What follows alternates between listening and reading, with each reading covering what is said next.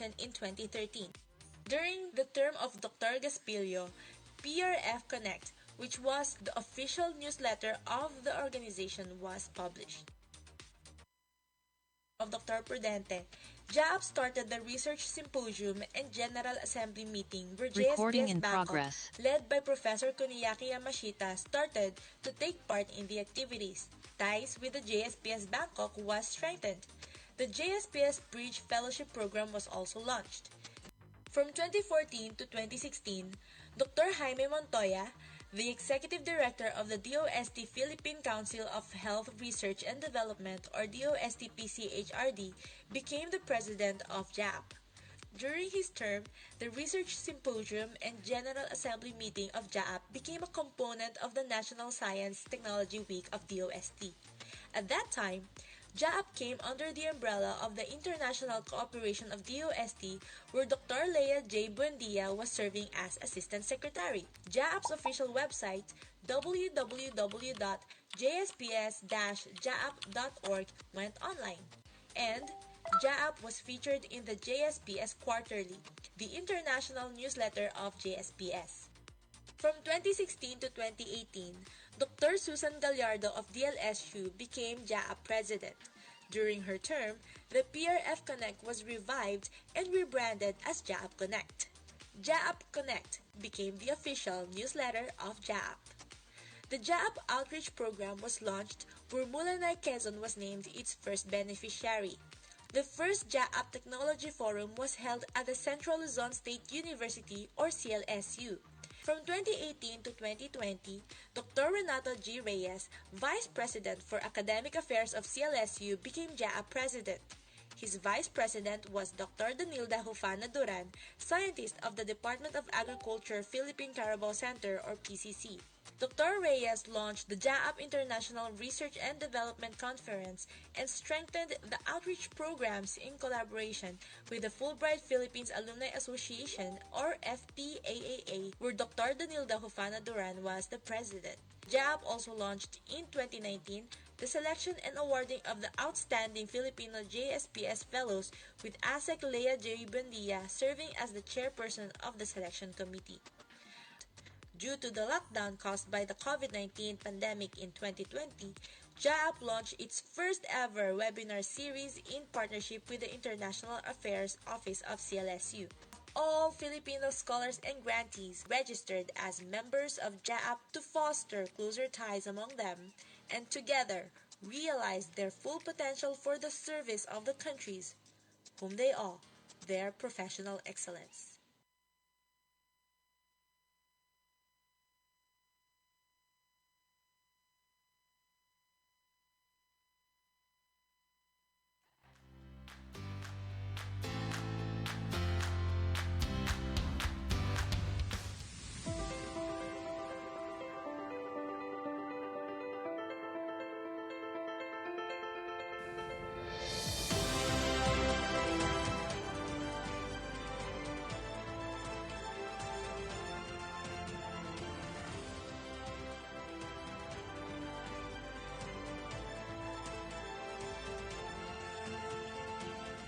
The province of Aurora is known as the hidden gem in the east coast of central Luzon.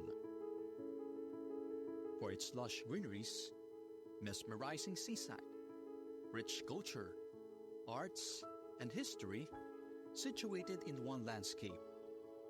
At the heart of the province lies the future.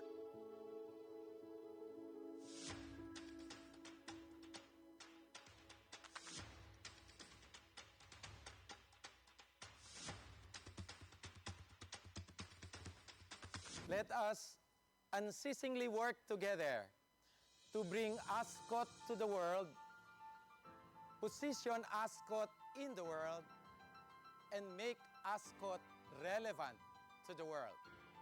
Let our students be global learners, our faculty members and staff as global influencers, our alumni as global ambassadors, our partners as global benefactors. Being the beacon of standard and quality education for over 26 years, Aurora State College of Technology continues to bring more opportunities for students and faculty. From its humble beginning in 1993 with 301 students and 10 classrooms, the late Senate President Edgardo Angara envisioned an institution that could provide equal opportunity for all. ASCOT has grown and developed into a bigger institution of higher learning, now having 3 campuses. The Zabali campus in Baler, the Basel campus in Maria Aurora, and the Esteves and FTC campus in Casiguran. All fruits of continuous nurturing as seen today. With the full support of the Commission of Higher Education, ASCOT is ready, now more than ever, to be recognized in global spectrum. Join me in embracing the core values of ASCOT. D for dependability, R for responsiveness, E for empathy, A for adaptability, M for mindfulness. Welcome to ASCOT, dedicated to empowering minds and shaping the future to the world, in the world, and for the world. Let us unite to bring out the best of ASCOT.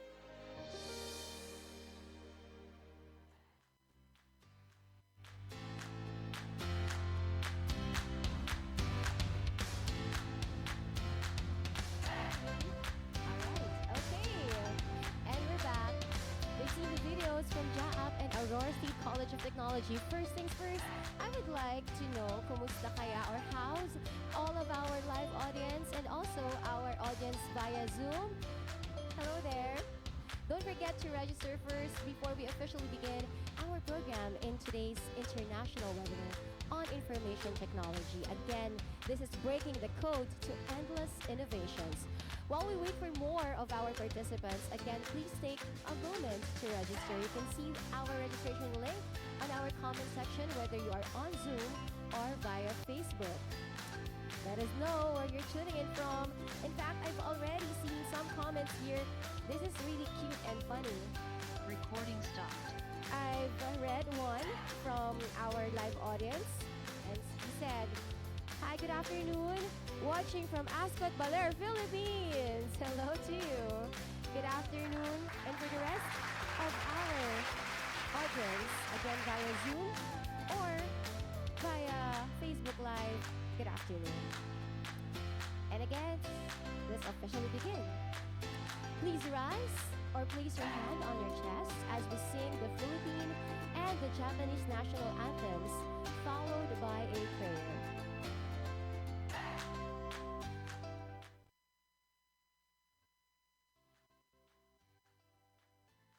Mga kababayan, ang pambansang awit ng Pilipinas.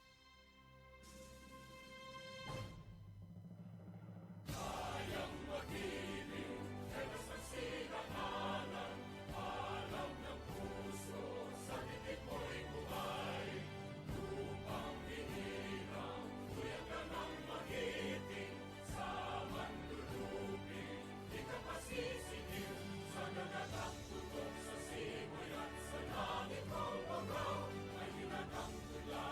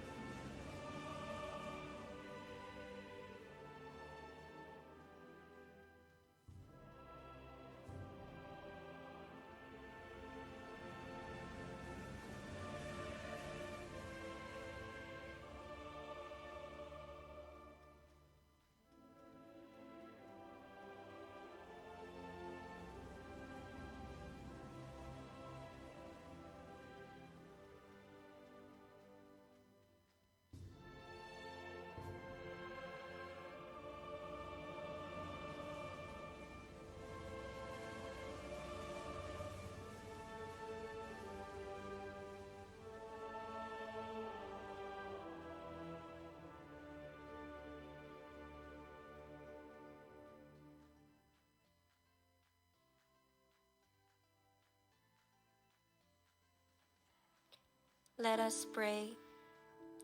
As we gather today from different corners of the world for this international webinar on information technology, let us take a moment to pause and reflect. We come together today with diverse backgrounds, experiences, and perspectives, united by our passion for innovation and the advancement of technology. Lord, may this gathering be a source of inspiration and collaboration. We express our gratitude for the opportunity to share knowledge, explore new ideas, and connect with one another. Lord, may our discussions be fruitful, our insights be profound, and our collaborations be meaningful. As we delve into the complexities and wonders of information technology, let us remember the importance of ethics, responsibility, and the impact our work has on individuals and communities worldwide. Let this gathering be filled with creativity, open-mindedness, and the spirit of cooperation.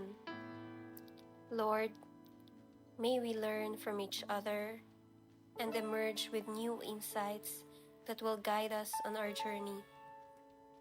Thank you for this opportunity to come together. May our time be blessed with wisdom and understanding.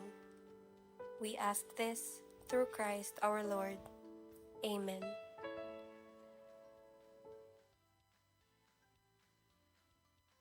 You may now take your seats.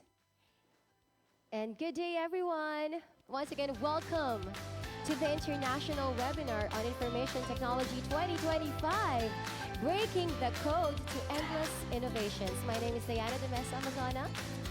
This event is proudly organized by Aurora State College of Technology, or ASCOT School of Information Technology, in partnership with the Japan Society for the Promotion of Science, JSPS, the JSPS Alumni Association of the Philippines, or JAAP, ASCOT Alumni Association Incorporated, and the Nueva Ecija University of Science and Technology, or NEUST. Together, we are bringing you an afternoon filled with cutting-edge insights, groundbreaking innovations, and inspiring discussions from some of the best minds in the world.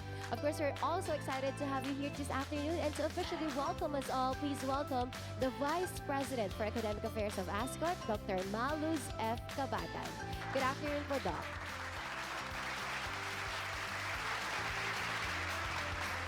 Thank you, Diane.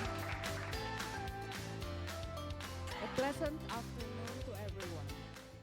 The Aurora State College of Technology welcomes you all to this 2025 International Webinar in Information Technology with the theme, Breaking the Code to Endless Innovations. Indeed, we are grateful for the support of our President, Dr. Renato G. Reyes. We are extending warm welcome and sincere gratitude to our partners. First, the Nueva Ecija University of Science and Technology, represented by its president, Dr. Rodora R. Hugo. The Japan Society for the Promotion of Science, Bangkok office, represented by the Executive Director, Dr. Yoshio Otani.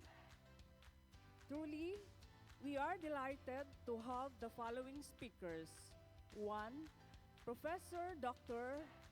Hatanaka Kachumuri, Professor, International Agriculture and Food Studies, Tokyo University of Agriculture, Japan. Second, Dr. Prince Hideki, a multi-domain specialist Recording in and founder, progress. Strategic Integrated Solutions, Industrial Design Services. Third, Dr. Allen Paul L. Steban, Chairperson of the Research, Extension and Training, Graduate School, Nueva Ecija University of Science and Technology. Fourth, Mr. Gerard Albert Francia, Network Administrator, Core Tech International, Guam, USA.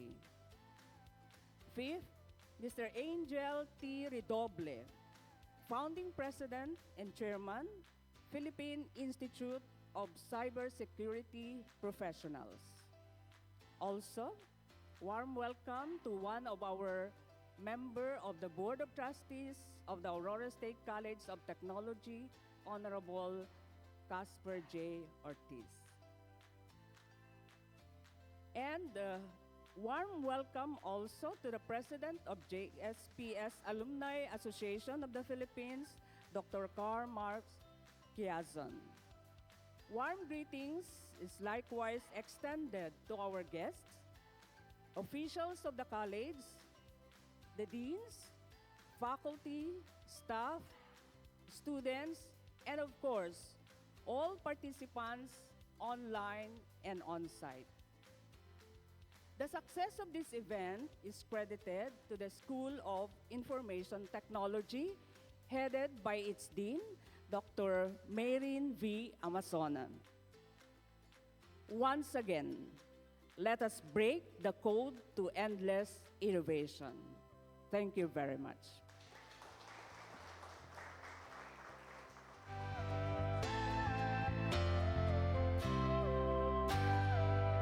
All right, thank you so much to our Vice President for Academic Affairs, Dr. Malus F. Cabatan. Now, our academic leaders and the college presidents and university presidents would also like to share their greetings with us. First, we have our ASCOT President, Dr. Renato G. Reyes. Good afternoon po.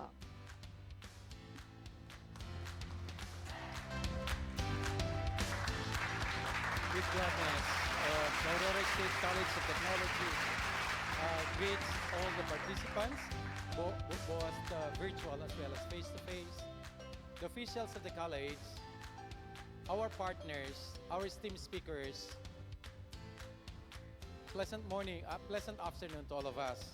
Indeed, this engagement is a very good engagement as we foster collaboration with our national as well as international partners.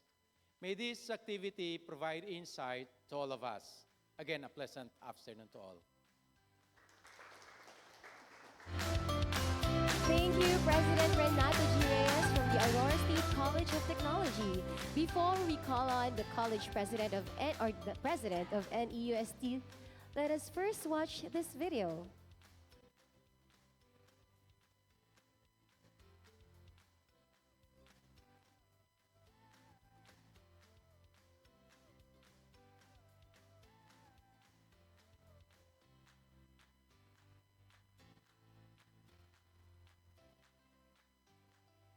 Okay, but I guess the president would like to give her speech first. I would like to call Dr. Rodora R. Hugo, our NEUST president, for her greetings. Good afternoon po, President.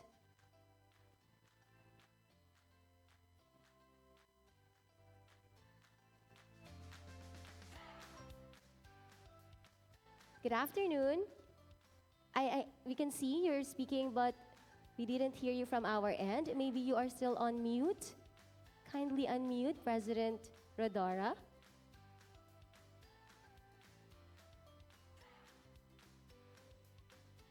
Okay. There. Can you hear me now? Yes, there. So thank you.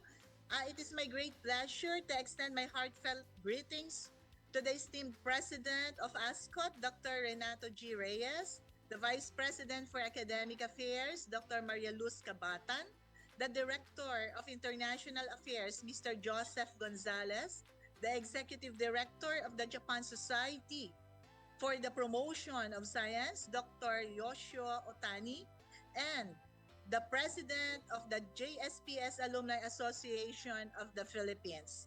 I would like to commend and acknowledge the efforts of the School of Information Technology of ASCOT under the leadership of Dr.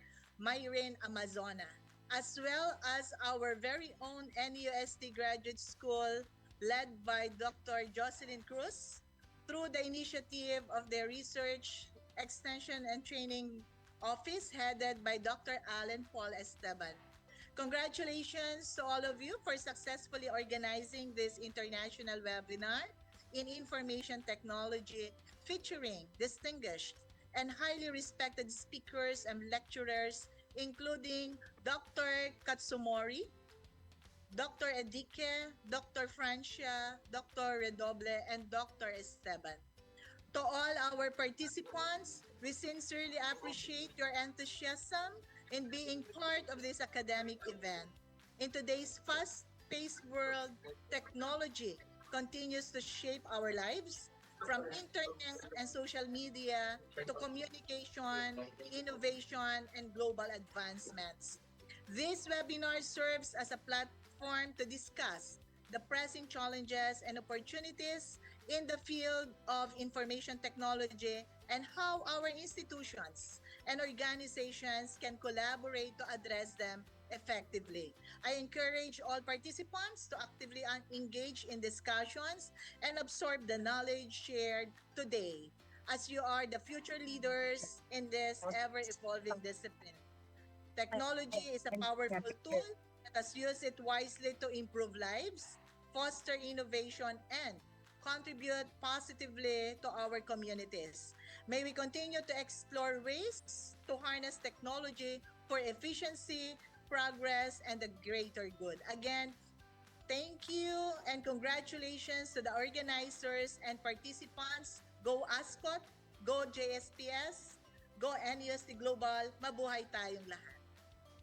Wow, mabuhay indeed. Marami pong salamat, Dr. Rodora R. Hugo, all the way from NEUST, the president of the university. I guess, of course, the university would like to share also what's happening in their esteemed institution. So let us all watch this video from all over the world who are currently watching right now. Good afternoon. Precisely the board voted for you to be the fourth president of NUST because you have your unique style, you have your unique personality, you have your expertise and qualification to be a good, not only good, but the best president of NUST. As we move forward, NUST is not just committed to education, we are also dedicated to shaping the future. Our strategic vision is anchored on 6 global goals designed to elevate our university to greater heights and make a lasting impact on our community and beyond. Our first goal is the global integration of educational programs. We are embracing cutting-edge delivery methods, aligning our curricula with Industry 5.0 standards, and integrating sustainability into everything we do. This ensures that our students are not just prepared for today, but are equipped to lead tomorrow.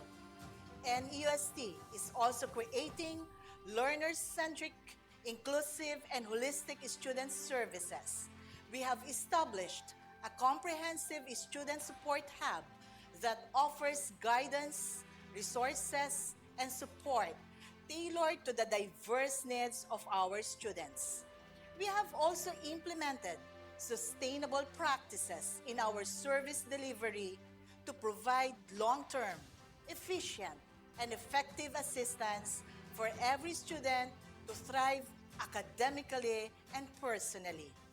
At the heart of NUST's mission is human capital empowerment.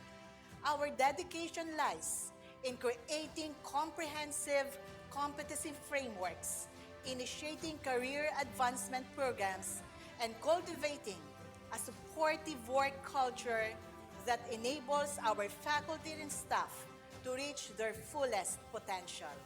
Building a vibrant research and innovation ecosystem is another cornerstone of our strategy. We are nurturing a culture of research excellence, engaging in transformative projects, and promoting technology commercialization and entrepreneurship. Our commitment to the community is reflected in our goal of advancing relevant, research-based, and sustainable extension programs.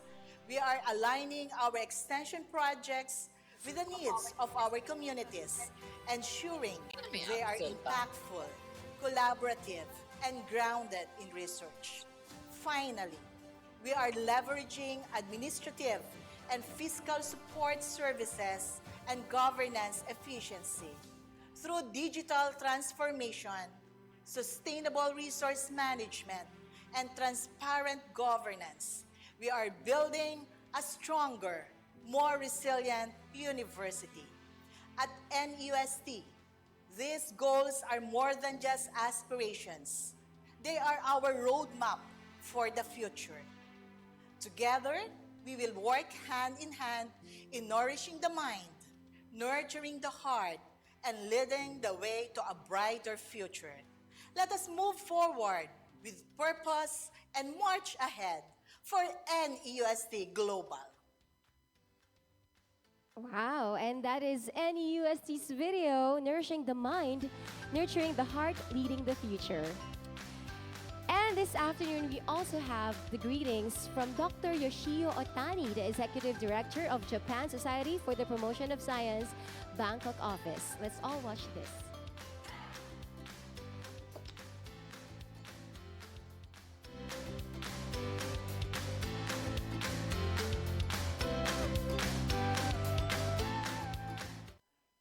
Hello, I'm Yoshio Otani, Director of JSPS Bangkok office.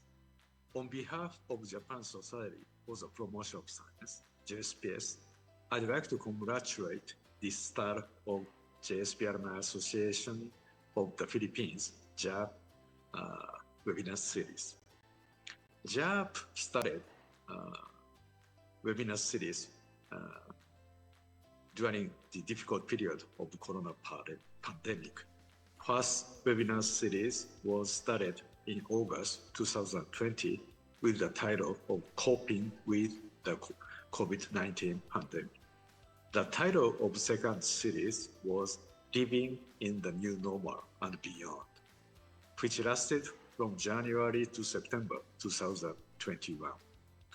When JAAP started the webinar series, we could not know what consequences we would have from the outbreak of corona pandemic, and we could not have any measures to handle the COVID-19. Some specialists said once the infection rate reached over 80%, the pandemic would automatically cease without implementing any measures. I guess this is a sort of situation right now. After the settlement of COVID-19, some of our daily lives went back to the one before, but some of them never returned to the same as before. We could say only that corona pandemic surely brought many changes in our lives. The biggest product of fighting corona pandemic is online meeting and also work from home. And they became kind of normal at present. Because Philippines is an island country, I suppose it is difficult for JAAP members to see each other face to face and frequently. I hope the new webinar series gives an opportunity for JAAP members to communicate and discuss on a regular basis. I wish the new webinar series provide another new normals to JAAP activities. Thank you for your attention. Thank you, Dr. Yoshio Otani. Ladies and gentlemen, we have around 1,000 viewers and audience here, and that's the beauty, I guess, of online and offline webinar. We can still accommodate more, so feel free to share our live link to your friends all over the world. Our distinguished lineup of speakers today will share their expertise in cutting-edge innovations in technology. And to introduce them, let us welcome Dr. Myrene V. Amazona, the Dean of the School of Information Technology at ASCOT.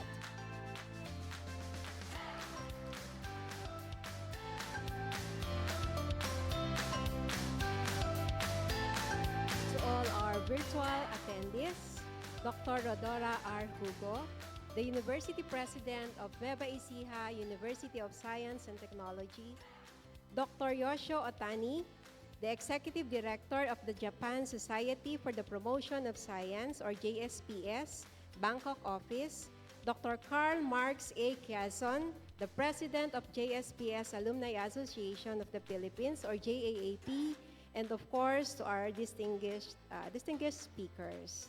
To our in-person attendees, to our college president, Dr. Renato G. Reyes, our Vice President for Academic Affairs, Dr. Maria Luz F. Cabatan, to our dedicated faculty and staff members, students, and our guests, good afternoon. Welcome to our highly anticipated Information Technology webinar, where we will explore the theme, IT, Breaking the Code to Endless Innovations. Today, we have a stellar lineup of speakers who are leaders in their respective fields, each bringing unique insights and experiences. First, we have Professor Dr. Katsumori Hatanaka, a professor at Tokyo University of Agriculture. With a strong background in civil engineering, his research focuses on data science and smart agriculture, leveraging AI for agricultural management. He has received the Information Processing Society of Japan, or IPSJ, Kiyasu Special Award for his contributions to smart aquaculture. Next is Dr. Prince C. Edike, an expert in computational environmental science. He merges natural sciences with IT to tackle critical issues like mine waste management and carbon offset validation using blockchain technology. His innovative projects include wastewater decontamination initiatives and coastal sediment assessments. Our third speaker, Dr. Allen Paul Esteban, is an associate professor at Nueva Ecija University of Science and Technology. He holds a doctorate in information technology and is an advocate for research-based IT solutions. His work includes network anomaly detection and deep learning, and is focused on developing digital governance systems to improve government processes. Following him is Mr. Gerald Albert S. Francia, a skilled network administrator from Cortec International in Guam, United States. With certifications in the Computing Technology Industry Association, or CompTIA, Security Plus, and extensive experience in network and server administration, he has a strong commitment to ensuring high-performance IT solutions. Finally, we are honored to have Mr. Angel Redoble, Chairman of Angel T. Redoble and Associates, a cybersecurity expert with a wealth of experience in various organizations. He had received numerous accolades for his leadership, including the Asia Pacific Information Security Leadership Award. We are thrilled to hear from these accomplished speakers today. Their diverse expertise will enrich our discussion on how IT is breaking the code to endless innovations. Thank you all for joining us, and we look forward to an enlightened session. Good afternoon.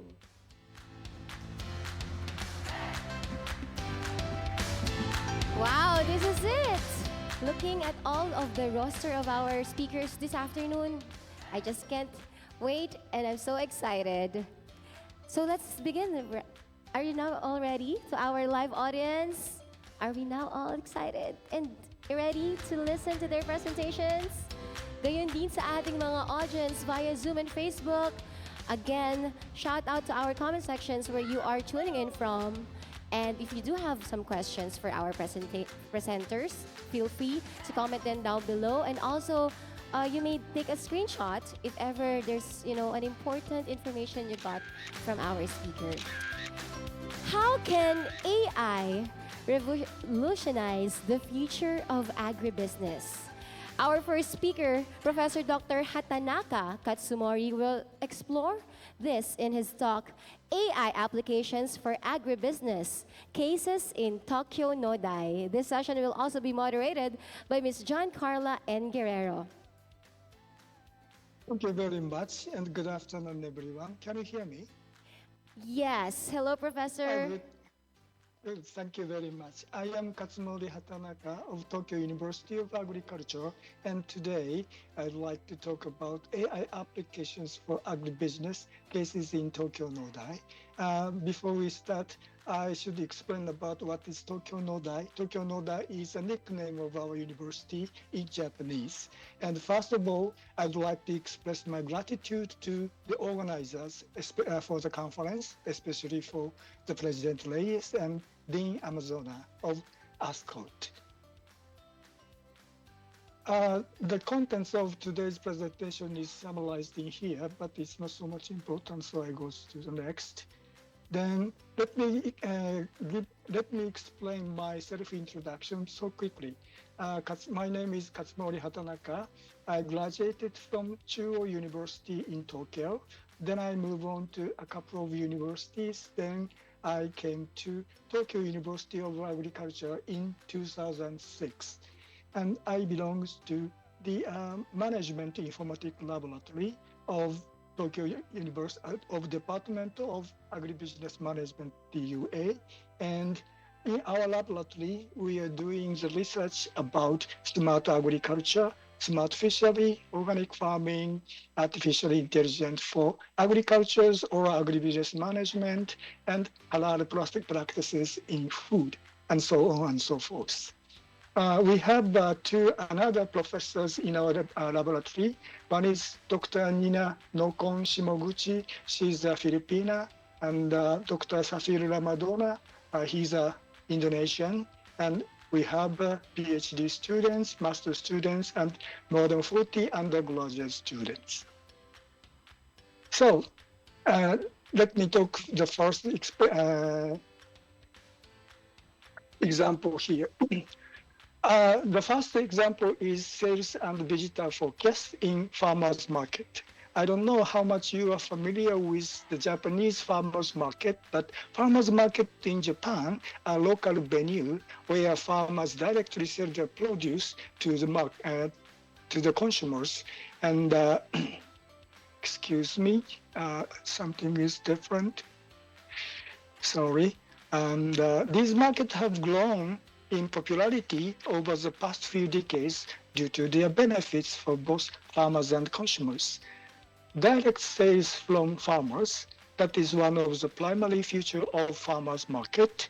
This means that farmers can bypass intermediaries and sell their produce at a fair price, ensuring better profit margins. This direct interaction also allows consumers to gain insights into how their food is grown and to ask questions about farming practices, ensuring transparency and trust. And as you see, this is the exterior and interior of the direct farmers market in Japan. The target farmers direct market in this study is established in 2003. It is located in Chiba Prefecture. Chiba Prefecture is neighborhood of Tokyo, and their average annual sales exceed more than 3 million Japanese yen. And as you see in this graph, the bar graph shows the visitors, and the line graph shows the sales per day. As you see here, in the very beginning, the average number of visitors per day used to exceed 1,000, but it has recently decreased to around, as you see, 600. And as a result, the sales have also been declining year after year. And in 2023, the daily average sales per day fares around 1 million Japanese yen. The reason for this decline is that many supermarkets have opened up in the neighborhood and taking away customers. This is why we conducted a joint research on the market management and sustainability of this farmers direct market. For details on the management challenges of this farmers market, please refer to the paper written by one of our research colleagues, Dr. Nina Shimoguchi. Again, one strategy for efficient business management is to reduce dead stock and minimize opportunity losses. With this in mind, we consider using cost data to predict the number of customers and sales in order to quantitatively grasp opportunity losses. So here, the dependent variables of daily numbers of visitors or sales came from post data, and we use the independent variables as date, average temperature, rainfall, and insolation, holiday as a dummy variable. Then we tried adapting the deep learning algorithms to perform these predictions using LSTM, long short-term memory, and NHITS. It's a neural hierarchical interpolation. The graph here is not so much important that there isn't any significant meaning, but it demonstrates that we are using this amount of training data for time series forecasting. This graph shows the number of visitors over a 7-year period from 5th of January 2017 to 23rd December 2023. When we discussed with the headquarters of Farmers Market, we were requested to make predictions at least 1 week in advance when forecasting visitor numbers or sales. This is because time is needed to respond to the forecast. For example, if an increase in visitor number is expected, the market can request an increase in shipments to farmers in advance.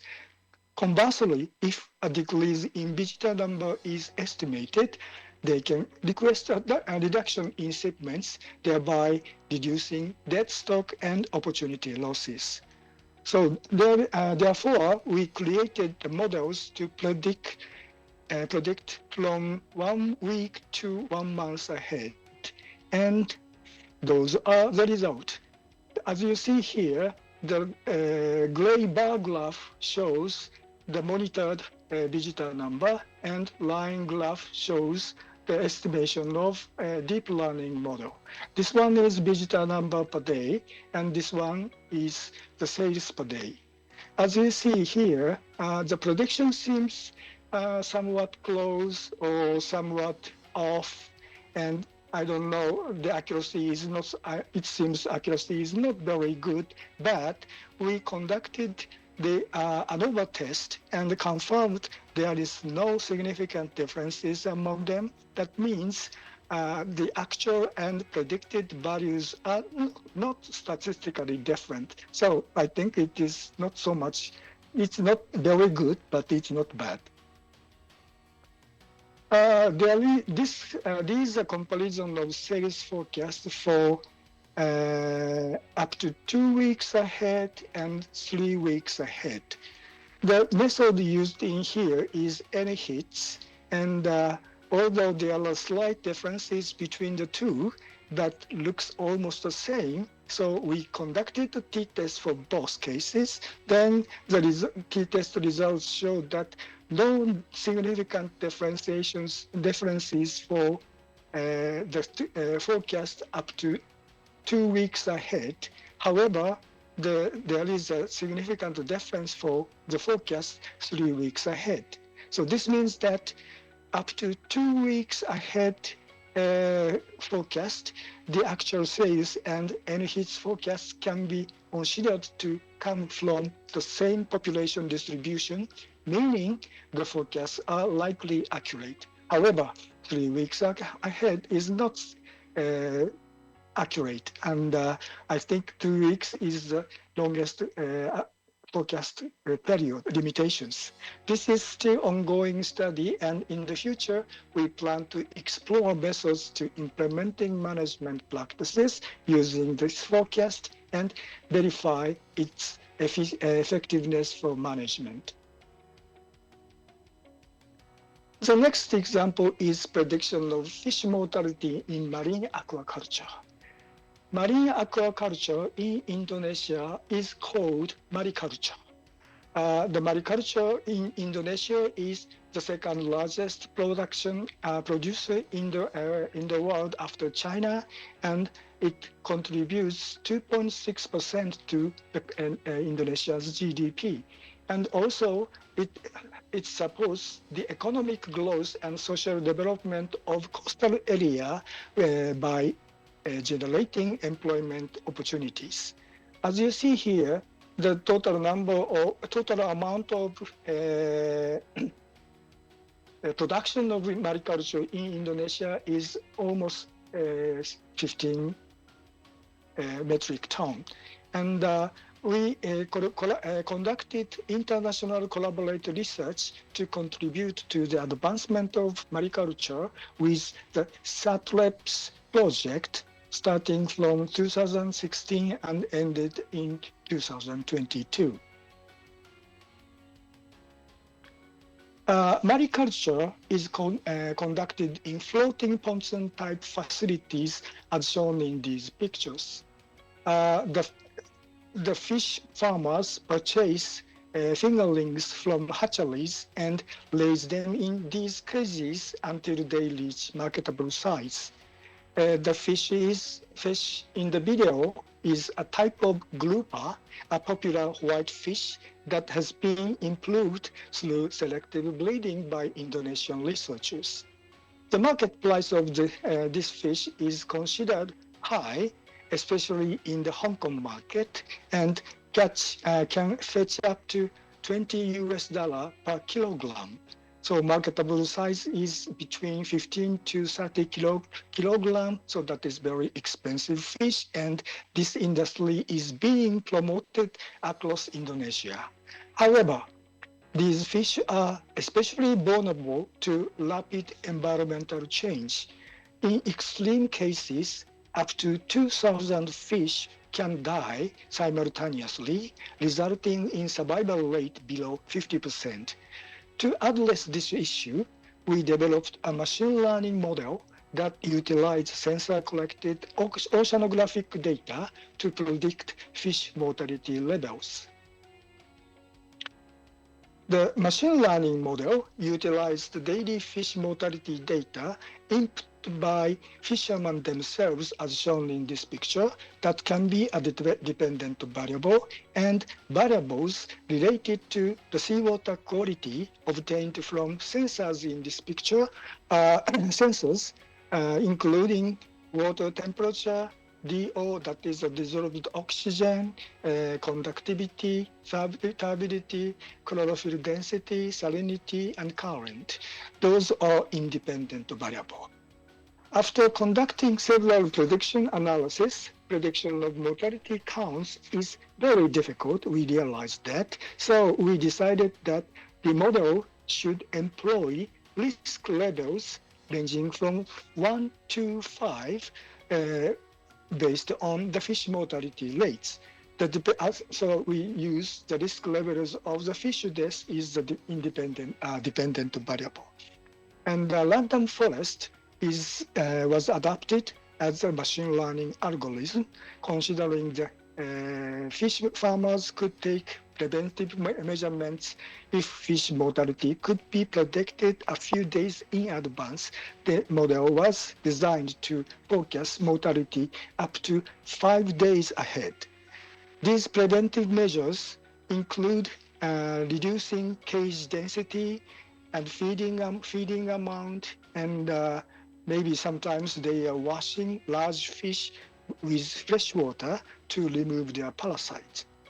The details of this study were presented by Dr. Safir Ramadona, one of our colleagues, and at the conference called Oceans 2022. For more information, please download the paper from the QR code link here.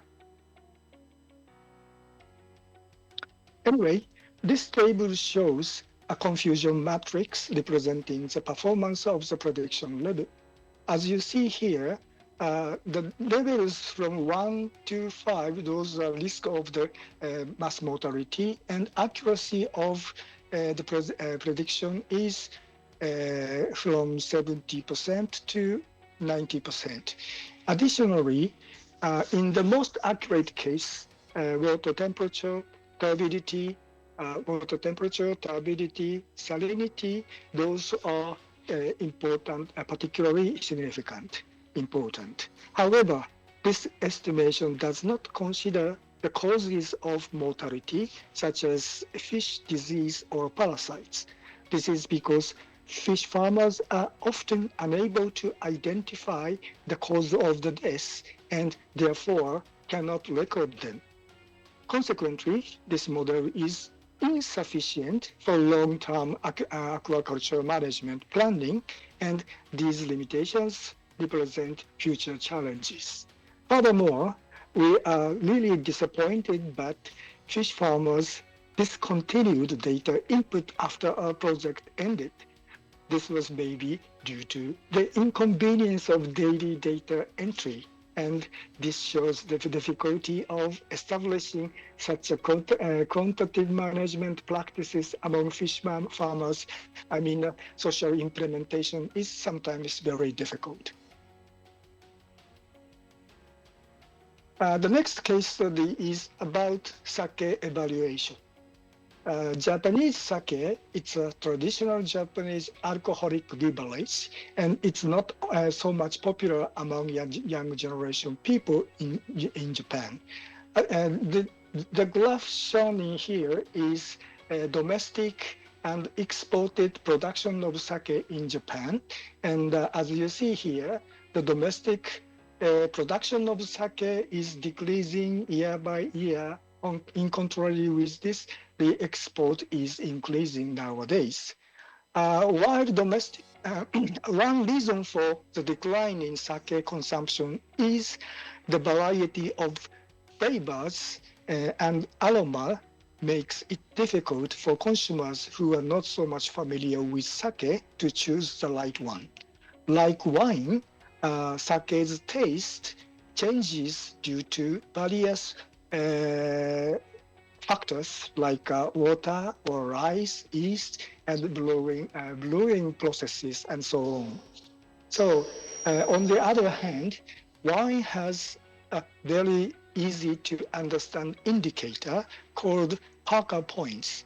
So the main purpose of this research is to provide consumers with a clear indicator of sake taste similar to Parker points for wine.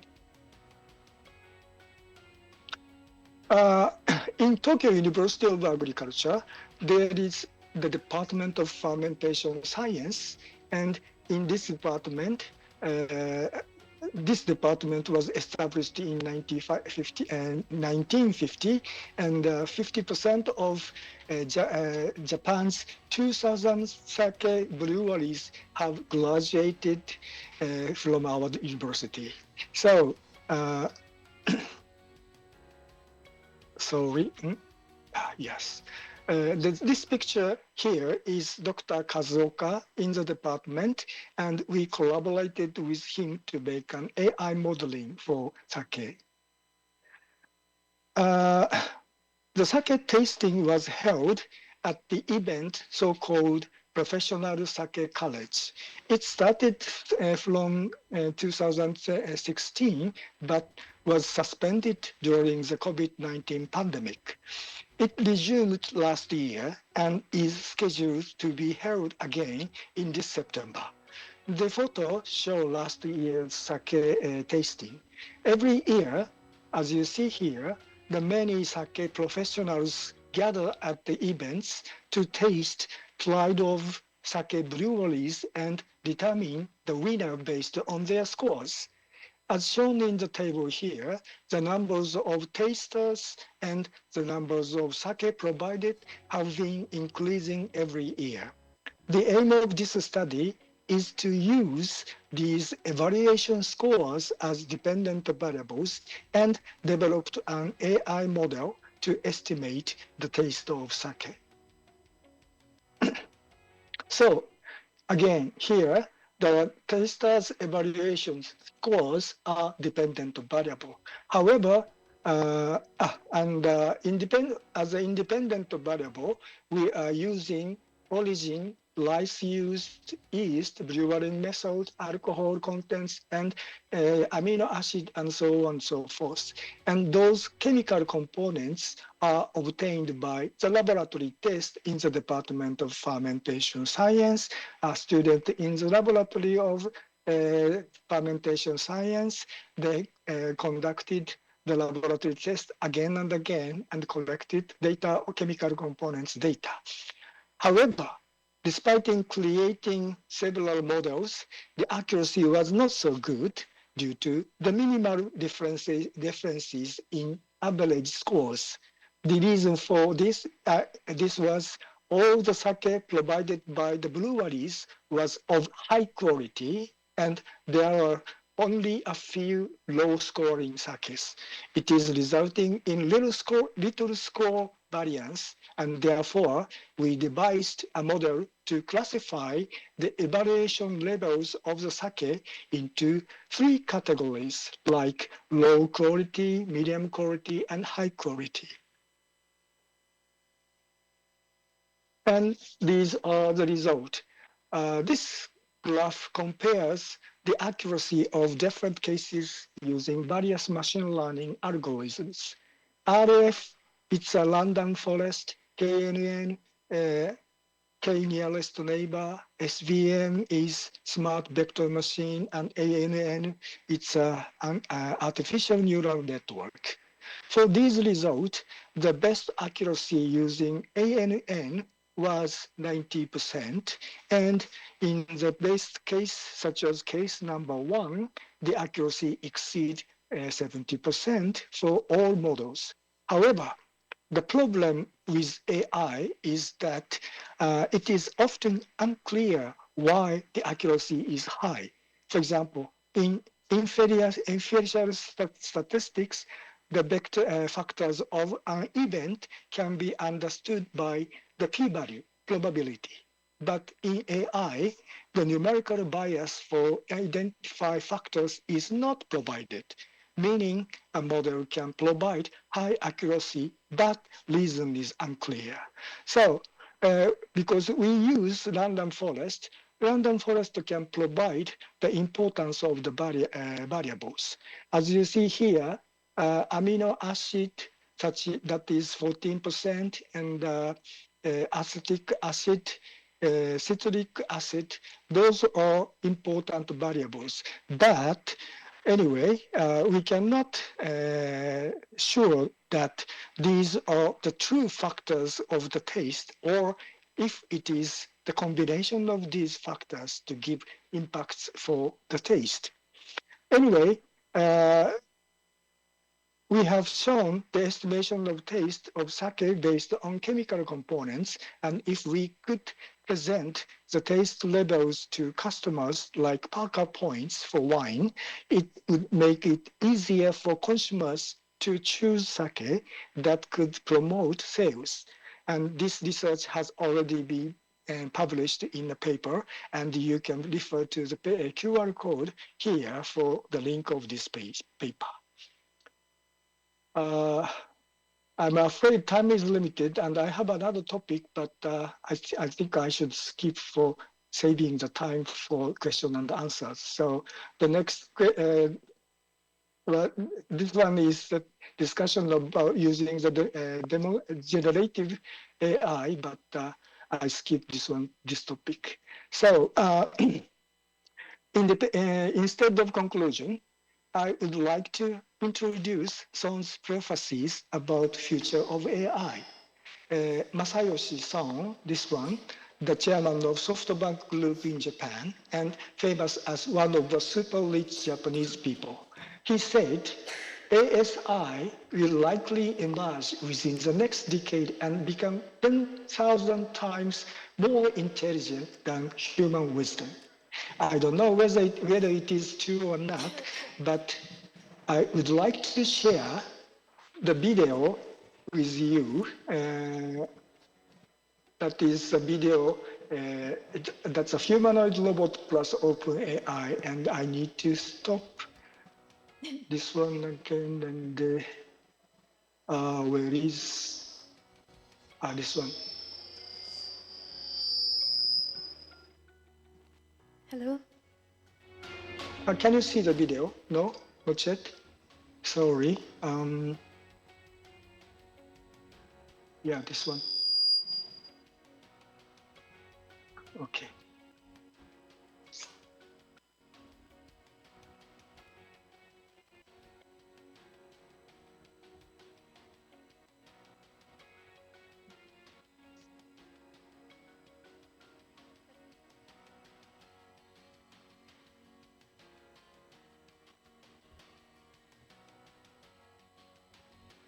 Professor Hatanaka, I think the audio from your video is not on. It's muted.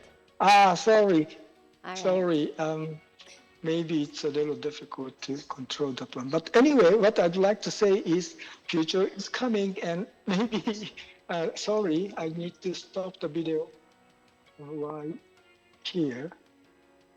Okay, anyway.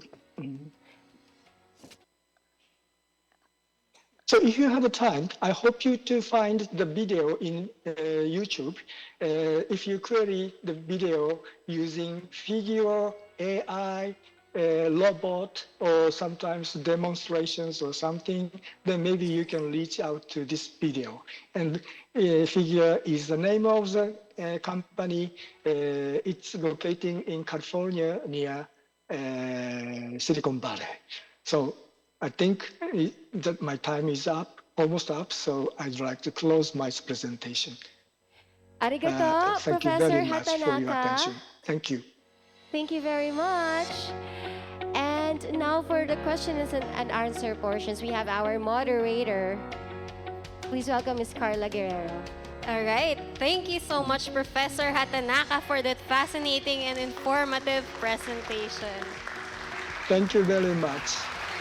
Welcome, everyone, to our Q&A session on the exciting topic of AI applications for agribusiness, with a focus on cases from Tokyo Nodai or Tokyo University of Agriculture. By the way, I am Giancarla Guerrero, and I will be your moderator for this Q&A session. All right. So at this moment, let's have the time for some questions from our audiences. Please submit your questions through our comment sections from our live streaming platforms or through the chat box in our Zoom meeting. And we can also accommodate the questions from our live audiences, of course. All right, so we'll try to address as many questions as we can within the allocated time. All right, okay.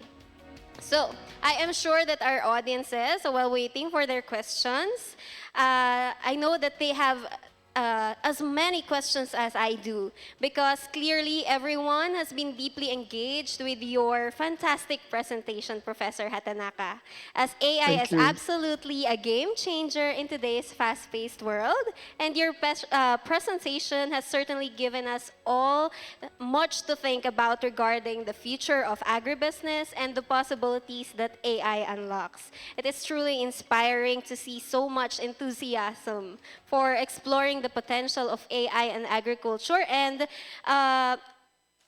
the machine learning application that you have discussed to us was truly inspiring as it has made a huge impact in the development of Japan's agribusiness.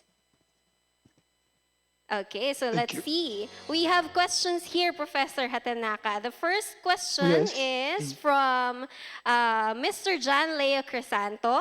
And his first question for you is, how does using AI in farming help make agriculture in Japan more sustainable?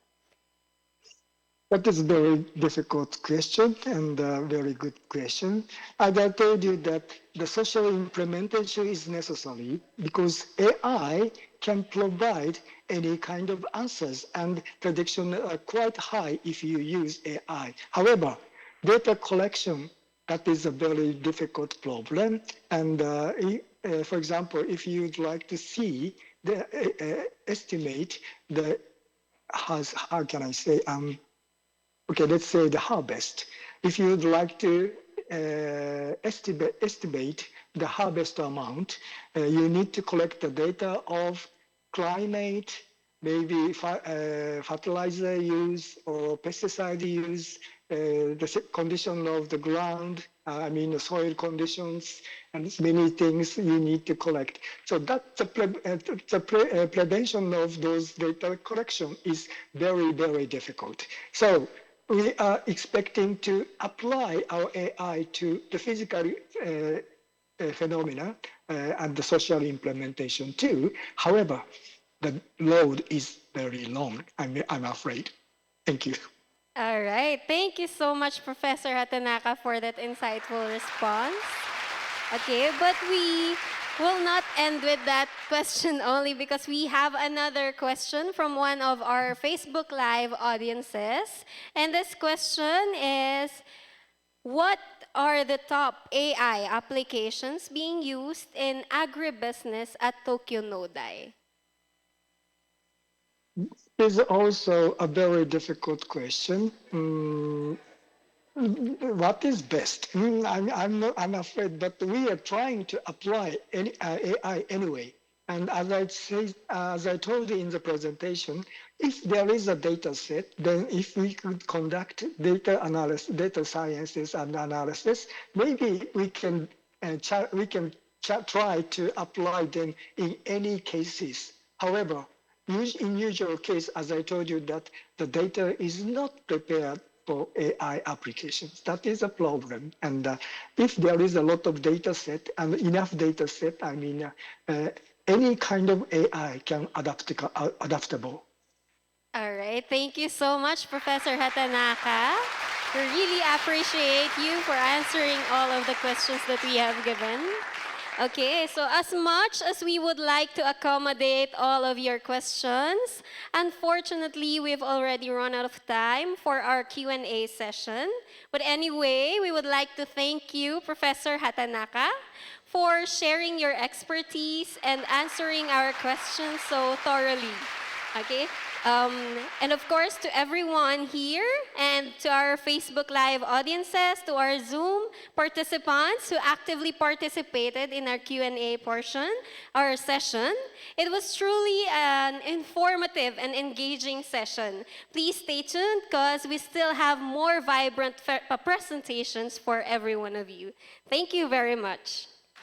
Thank you very much. Thank you, Miss Carla. And Hatanaka Sensei, arigato gozaimashita. Arigato gozaimasu. Okay, thank you very much. Again, from Form to Future, thank you, Professor Dr. Hatanaka Katsumori, for showing us how AI is planting the seeds of innovation in agribusiness. Truly, the future of farming is digital, and we're excited to see it grow. Technology is evolving, but are we using it to create a sustainable future? Are we now ready for our next presenter?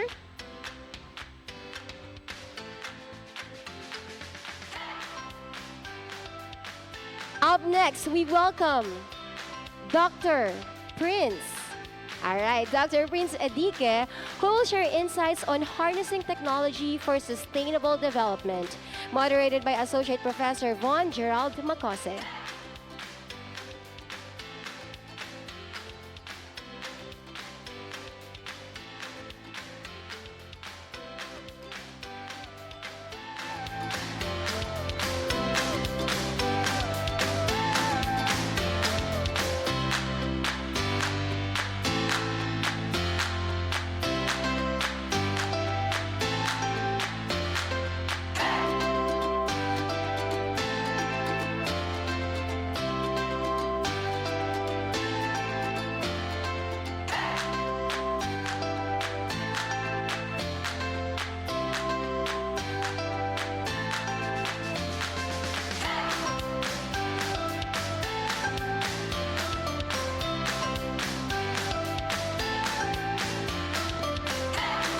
All right. Hi, Dr. Prince Adike. I think all the way from...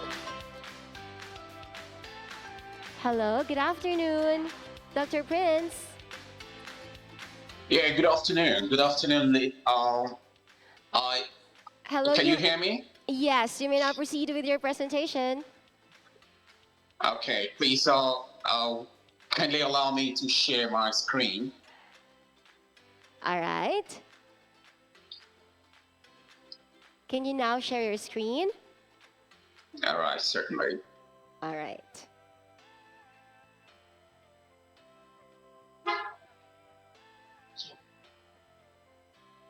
It's taking a little while, so.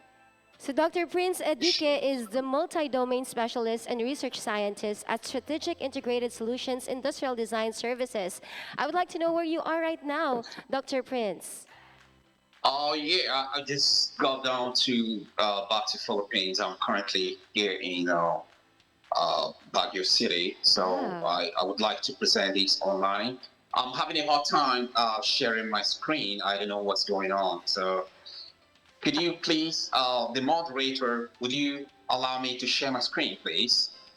All right. I think the tech is already doing their best to allow you to share your screen. And Moy Moy and Sir King are currently working on it. Okay, you're already our co-host, Sir Dr. Prince. So can you try it again? Can you try again to share your screen with us? Okay. I still can't have direct access to share my screen, so probably have to. Can we try to like? Is it okay with you to get out of the Zoom first and get back to us? Get back to you. Yes. Yeah. So certainly that's what I have to do right now. So. Okay. See you I in a did bit. share the link of the presentation to the department head, if I'm not mistaken, so she could probably click on it and I could navigate it or tell her to get over to the next slide whenever I'm presenting. So right now I can't share my screen. I think it's coming from your moderator. All right, we'll do that. She has the link of the presentation.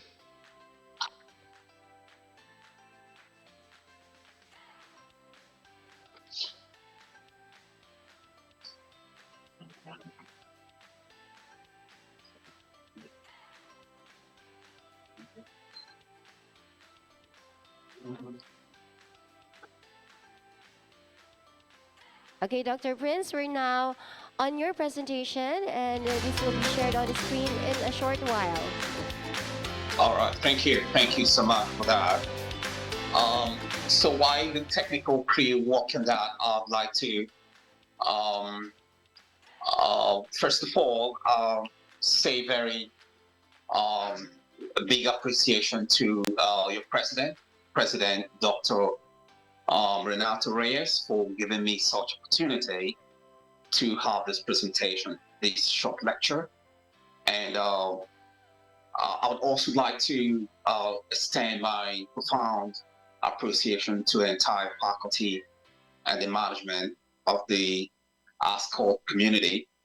And lastly, and not the least, I'd like to say very big congratulations to Professor Dr. Watanaka from Japan for such an astute and applicable presentation on artificial intelligence and agricultural sector in Japan, and how AI and machine learning has been very paramount in such scale.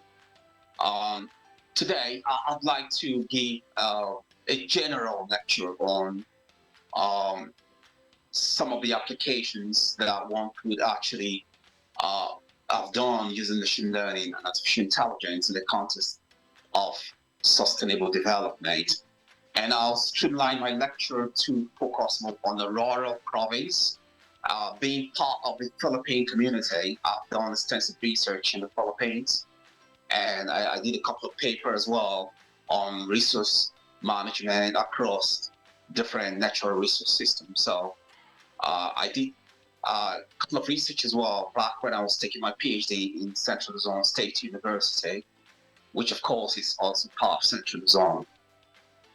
And that being said, I'd like to present, next slide please. I'd like to present this lecture as a sort of general context as to the ideal application of technology towards sustainable development and the vision for Aurora province, which encompasses the broad spectrum of the resource endowment of the province and how AI and machine learning in the context of Web3, which is web technology of the next generation World Wide Web, an open and decentralized system which is open for everyone to get involved in. And this sort of technology is powered by blockchain. So I wouldn't go too technical to give you some of the highlights that were done in the past couple of years in my startup, but I'd like to give you a bit of the cornerstone application of how these could be very important, especially for the IT students that graduate from ASCOT community. And on this note, I'd like also to streamline my presentation, my lecture towards environmental conservation. The use of these tools could scale economic growth as well when properly approached. Next slide, please.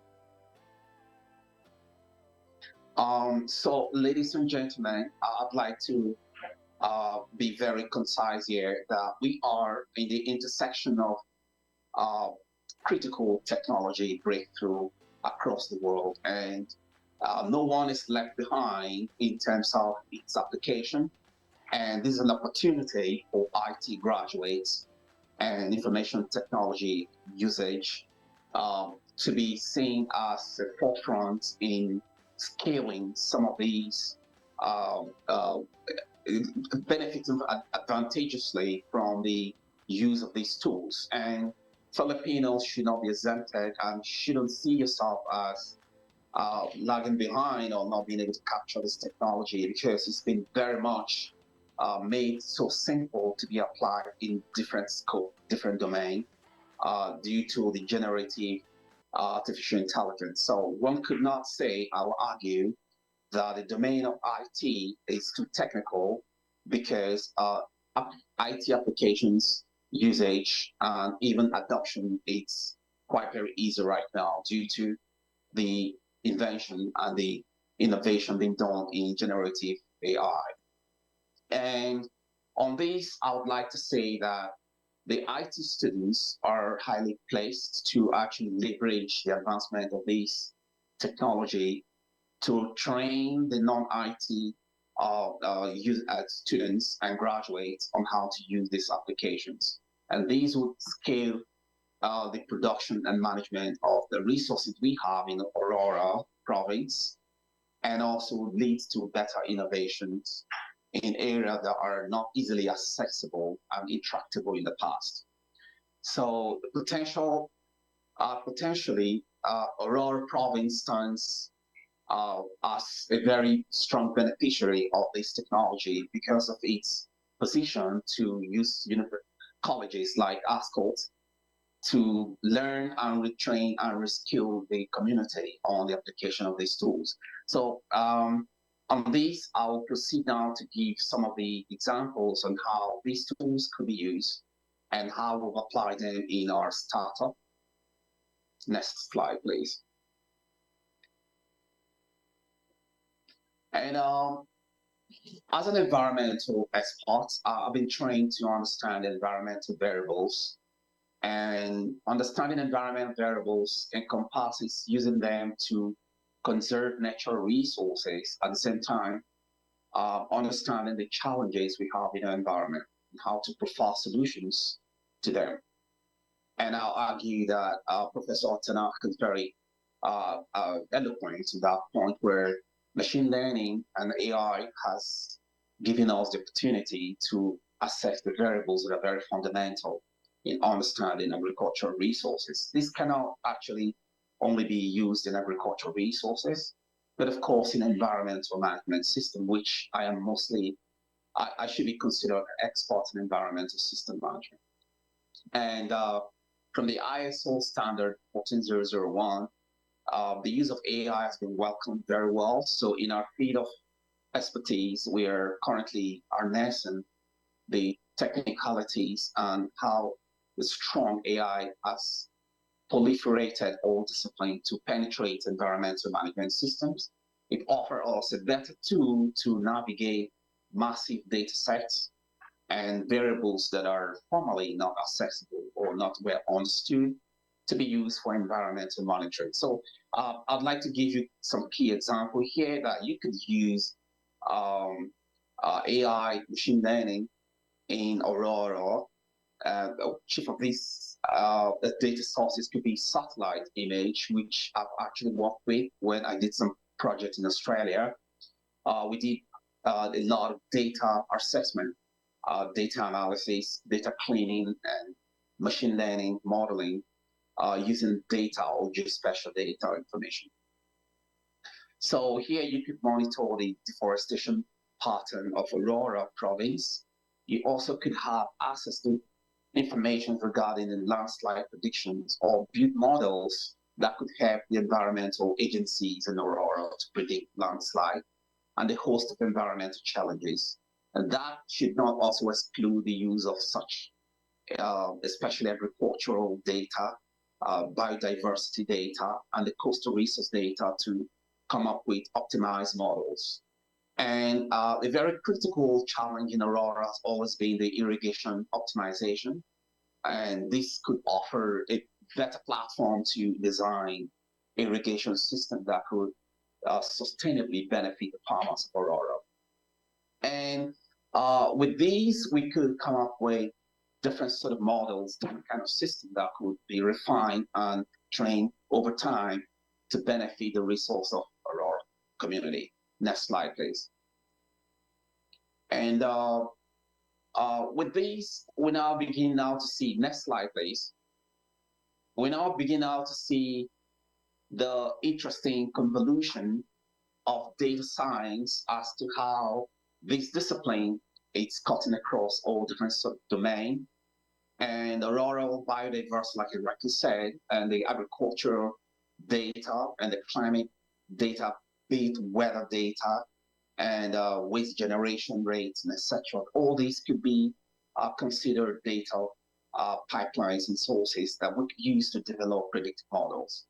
And I will argue that machine learning offers the best platform to provide the solutions that we could use to scale this optimization model.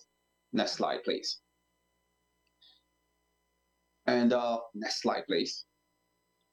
And the very interesting part of what we do is resource optimization. Recently, I was invited to speak on the DOST CAR region board for optimizing the research towards bringing local technologies to research community for them to really appreciate what the local community harness and what they have. So one of the key things I stressed there was to be able to always have in mind that IT industry and especially the use of data science approach in solving problems should not be seen as a separate field. This field should be embraced by everyone. So those of you that are in the Department of Information Technology or Computer Sciences, you count yourself lucky because you have a skill that is currently being highly priced in the market, and it's being currently promoted. Everyone should study IT, especially due to the fact that AI is making every discipline quite accessible. So you don't have to have a degree in IT to understand that the AI and machine learning are quite very applicable in all fields. So I've done some ample researches on waste management, which are published. And I see the need for more Filipinos to invest their resources and intellects to predictive modeling. So this gives you a better way to predict solutions or disaster or challenges that could come in the future and work out solutions to mitigate them or to prepare for a better way to move the country forward in terms of these challenges. So in our waste optimization models that we propose in Baguio City, we've been able to develop application system that monitors the distribution of waste across the different barangay. And this could be replicated in our Aurora community in terms of identifying the reforestation area. I'm currently aware that Aurora faces a very high deforestation rate in the Philippines. So this could be a tool to be used to offer better solutions with refined predictions and what to do within those areas that have been deforested. And I'm also very much aware the college is heavily investing in forest resources. So these materials could be used as a replanting species for those areas that has been highly deforested. And another part is, since Aurora is a coastal province, it's highly, very much, we should be aware and concerned that climate change might pose very significant challenges to these communities. So data from climate, variables, data from weather variables, and all these together could create a better predictive model on environmental hazard that could be associated or that could actually be in parallel or in correlation with climate change. Next slide, please. So let me introduce quite a very interesting concept that is gaining weight across the world, which I'm heavily involved as well. The Web 3.0, it's the next generation World Wide Web that opens door for collaboration. And under this platform, we've seen rapid technological changes across different sectors like fintech, and all these are powered by blockchain. So the universities should be prepared to lecture, to give more resources on the importance and skill acquisitions on blockchain development. So this is part of what my recommendations should be, because as IT graduates and those in the IT fields, I'm recommending to you all to be prepared for the next wave of technology changes.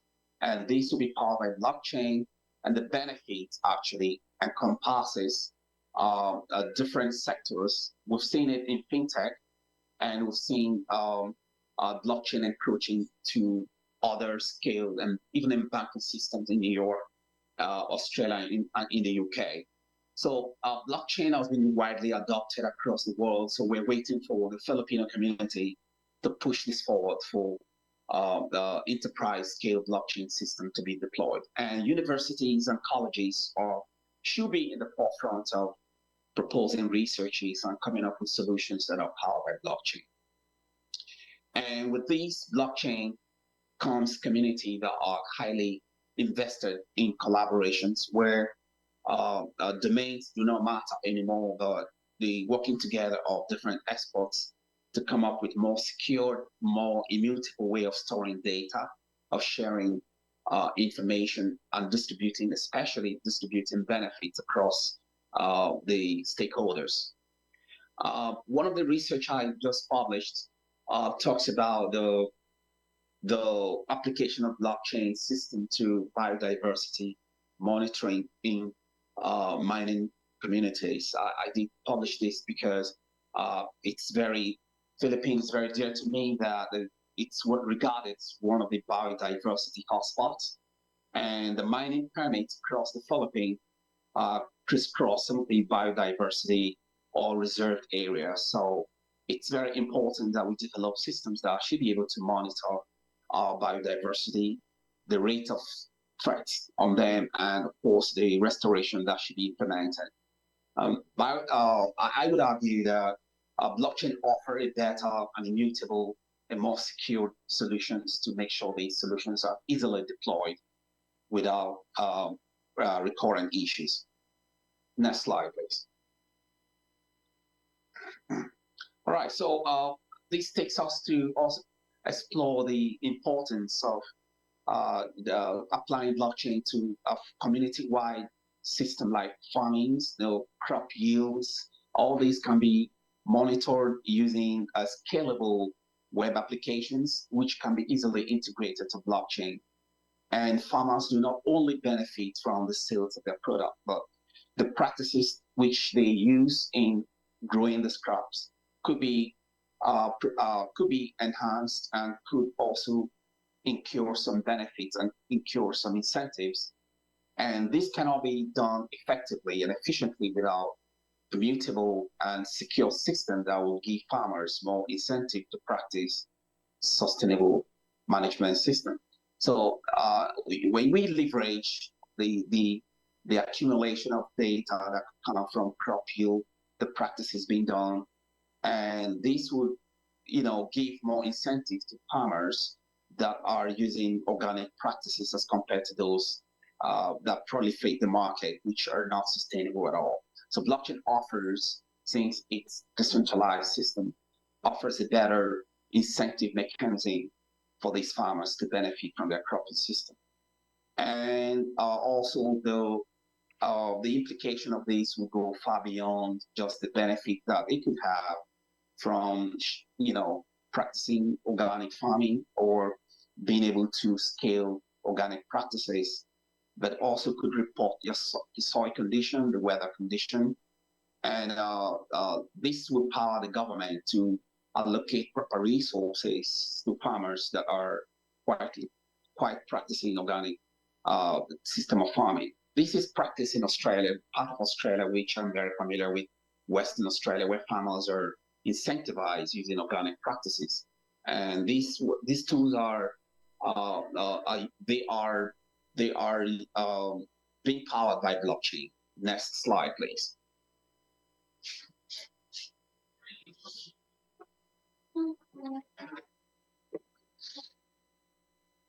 All right, so let's talk a bit about the AI implication. The implications are quite vast. We've talked about the collection of data that would inform policies on practices being done on the ground. And this is being done as well in the United States in terms of energy usage, route optimization, and efficiency are usually gained after these processes. So to improve the general waste management systems in the Philippines, as I proposed lately in one of my papers, there's need for appropriate and efficient waste management system that is actually lacking. Blockchain offers solutions to that, and it's currently being implemented in Baguio City. We're currently developing a system that is powered by decentralized contribution from communities, which are part of Baguio community. I mean, people living there to contribute to the data gathering and to also contribute to proper waste sorting, segregations. All these could be reported over time as form of data, and they could be chained together, linked together, protected together using blockchain technology. Next slide, please. And I also would like to say here that Aurora stands at a crossroad of massive resource depletion. So the use of organic practices in the farms deserve to be incentivized, and there's need to track these practices across local board. And I'm encouraging the community of IT practitioners, students, graduates to be heavily involved in local productivity. So you start from where you are. Low-hanging fruits should be understanding the resources you have, seeing how machine learning and AI could be applied on them to scale or to prototype products and services across, from the small scale enterprise that you're operating from. It should be recognized entirely in the Philippines, because Philippines is a consumer-driven economy. So products that are made in the Philippines, if they are highly talked about and they are backed up by good technology, I can assure you Filipinos are ready to patronize as well. So let's be more encouraged to do MVP, minimum viable product, which is prototyping product, that on a very small scale let you get engaged in a community that promotes local products, and let the community know what you're investing in. So I strongly believe there's a backup from even the ASCOT community is willing to back you up, to support you, to bring this product to the market. And let's also be conscious of ethics and to support ethical consumption and ethical practices, whatever we do, less copying, but more on innovation to come up with designs, solutions, and products and services that are locally driven. We don't have to borrow too much from abroad, but we could actually plug into what we have within our community because we are richly endowed with resources. Next slide, please.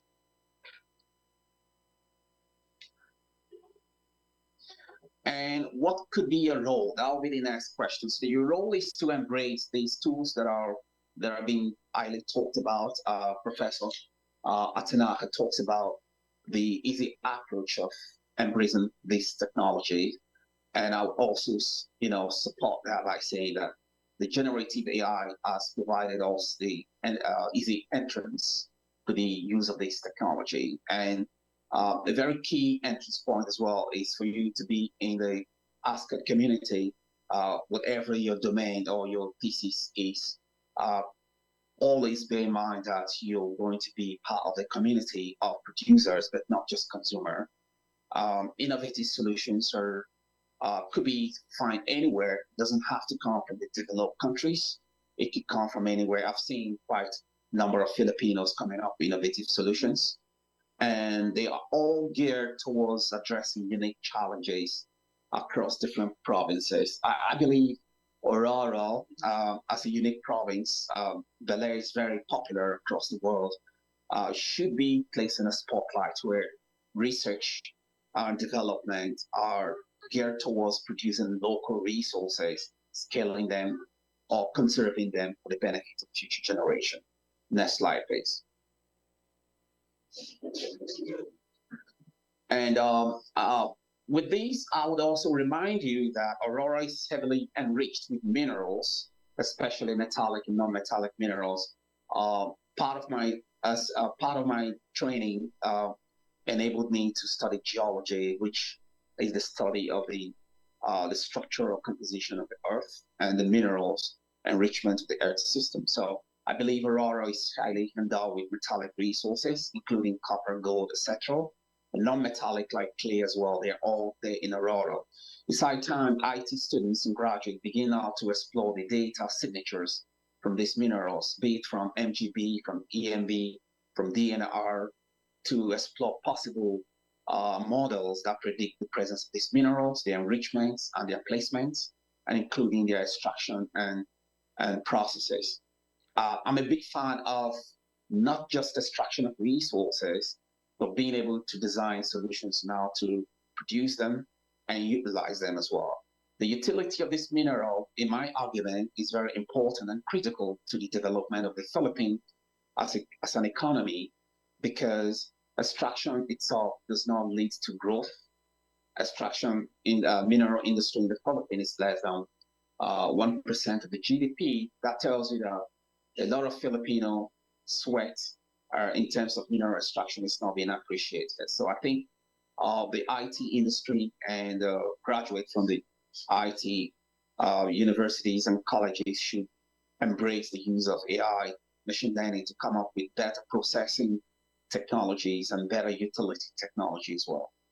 And these will all lead to better sustainable strategies for resource extractive industry.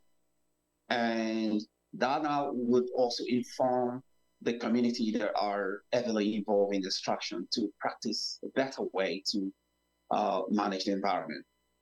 Managing the environment at the same time extracting minerals are very contradictory itself. But then with the use of AI and machine learning, through the use of neural networks, I've seen paper that position extraction utilization into a domain where environmental systems are well managed. This is highly practiced in the United States, especially in California area. Next slide, please. And I've talked about the resource extraction. Geologic data and environmental assessment data will lead an outcome to ensure responsible extraction that will contribute not just about the growth and protection of the Philippine ecosystem, but to inform the next generation about the riches of the Philippines and the riches of Aurora community, to embrace not only extraction, but also production and utilization of these minerals, be it metallic or non-metallic minerals. Next slide, please.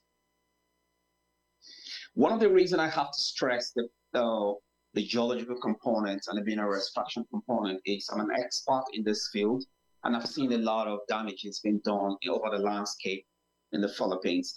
My argument here is IT industry and information technology system and the tools it offers would lead a better way to managing these resources, because with our insight alone, our intuition alone is not enough to develop models on how to extract, how to produce, and how to utilize these minerals in a larger scale.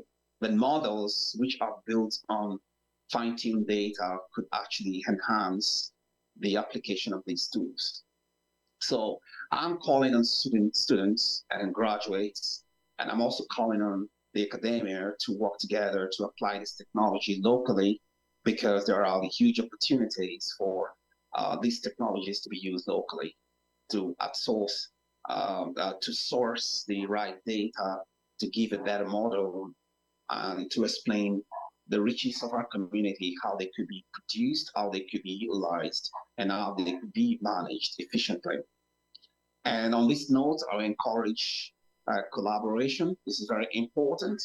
The intellectual capacity and mental struggle is not enough alone to scale and to survive in the outside world. You also need a social intelligence to be able to connect with the right stakeholders. You collaborate, you work together to come up with sound solutions. On this, I would also like to encourage my respective audience to be bold, and anything that would lead to shyness and lack of confidence should not be part of your vocabularies. You should embrace collaboration. You should embrace proactivity.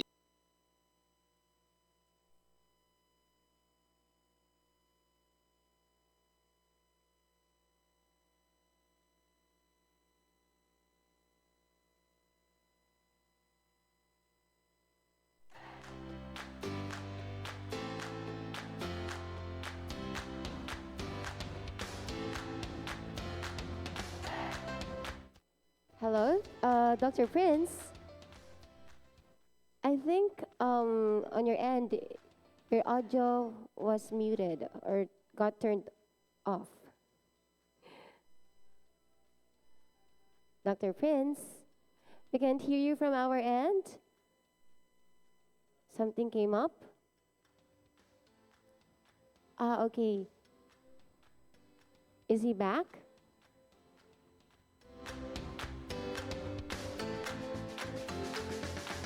All right, so Dr. Prince, I think we have some problem with your audio. We couldn't hear you from our end. For our live audience and to all of also our audience via Zoom and via Facebook, feel free to comment down on our comment section all of your questions for our second presenter.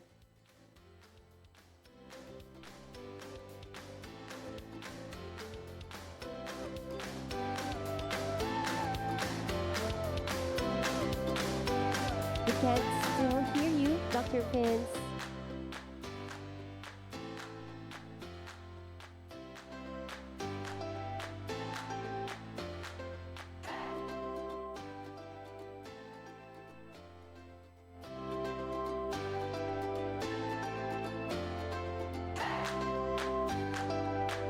Dr. Prince is still on Zoom, right? Okay. So the only problem, I guess, is on the microphone or on your audio. We cannot hear you from where we are right now. It could be from your microphone. Here, can you hear me now? Yes, definitely. Welcome back, Dr. Prince. Okay. All right. So I've talked about the call to action, I mean, what we need to do essentially to get involved in these rapid technological changes and the massive resources at our disposal. And we have no excuse at all but to work in unison and to work in collaboration with different stakeholders to come up with right solutions. I'm encouraging students and academia to get involved in project development, apply for funds and apply for proposals. The government of the Philippines through the OST should provide platforms where researchers are supported and research are funded based on our impact such research would have to the community. Next slide, please. So this will be my last slide. Next slide, please. And the resource of Aurora is abundant enough. Next slide, please.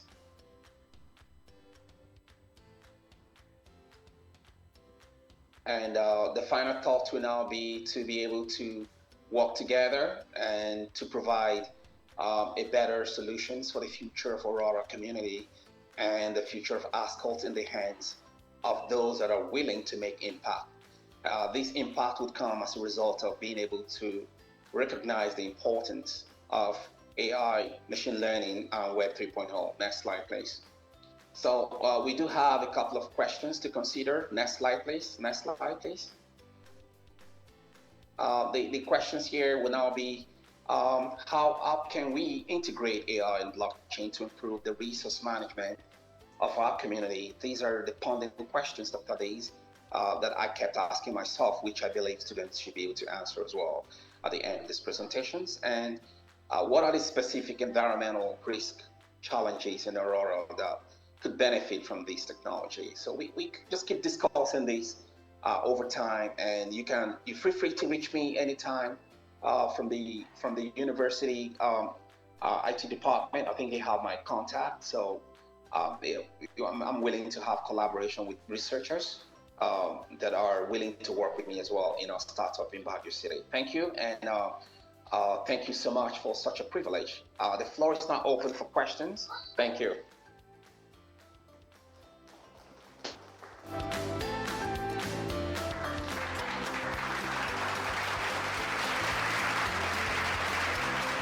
Hello. Thank you very much, Dr. Prince. How's the weather in Baguio right now, Dr. Prince? Yeah, relatively it's cold and it gets warm in the afternoon. You know, I check in Google, relatively Dr. it's very Prince. cold, especially in the morning. We almost have the same weather right now. It feels like you're also in Baler right now. I'm so glad, and thank you. I appreciate that you know a lot about the Philippines right now. Well, considering you're in Baguio right now, thank you very much for your personally detailed presentation. You attached Aurora and ASCOT, and it is very relatable to all of us. I want to give shout out to our friends from the Forestry Department. I know they related, they get to relate so much. We have here the Dean of Forestry, Madam Michelle Resueño, together with her peers. Shout out Forestry Department. Thank you for supporting our program. All right. We just learned how these signs are no longer about making things look good, no? It's about integrating AI, automation, sustainability, user experience, and more importantly, green technologies. All right? I know curiosity keeps your wires running right now, so I'm excited to hear about your questions so that Dr. Prince can answer them right now. All right? We have here someone from the students of BSIT. Can I call Mr. Angelo Martinez? Can you guys appreciate the braveness and the curiosity of Angelo? Come here, Angelo.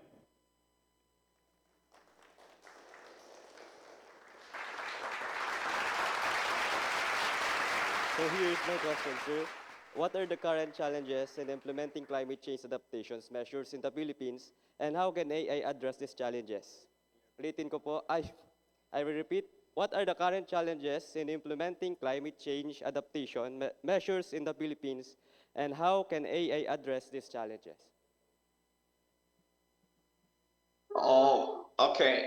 So your question is about the implementing challenges. Yeah, let me quickly point out that your question is very important because The climate change policies in the Philippines is quite extensive, and Philippines is a signatory to Paris Agreement, which actually documented the entire climate change adaptation and mitigation strategies across both developed world and developing world.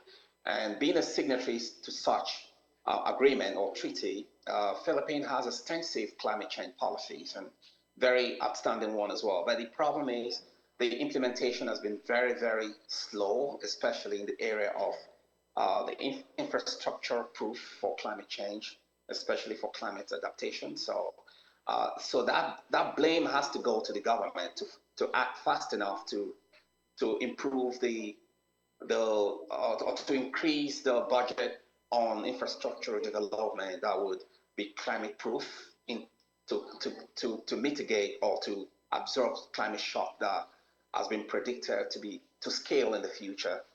And the second one would be the educational, creating awareness, which I believe that AI has a role to significantly increase the adaptation of practices that could enhance the Philippine readiness for climate shocks. And that also includes identifying the data that are very informative, that could create the right insight actions to take from grassroots to national level. So students are now encouraged to ask these questions and begin to provide the right answer to provide trainings, especially to the local communities that have no access to climate infrastructure. I think AI has a role in platform. AI could be used to create those. And AI could also be used to inform the government on the area where they are lacking in terms of implementation. And such could be created using models which could generate from local climate data and weather data from Pagasa. Thank you. Sir Prince, thank you very much. So that is infrastructure, adaptation, and of course, access. Dr. Prince, I think I'm obliged to throw you the next question because this one is very much relatable to the first question. I think they should come along with that. Are you ready? Here it is. It's for our online viewers. Dr. Prince, we advance industrial design shifting towards AI, automation, and smart manufacturing. How can developing countries, how can, used to say, third world countries like the Philippines keep up without being left behind?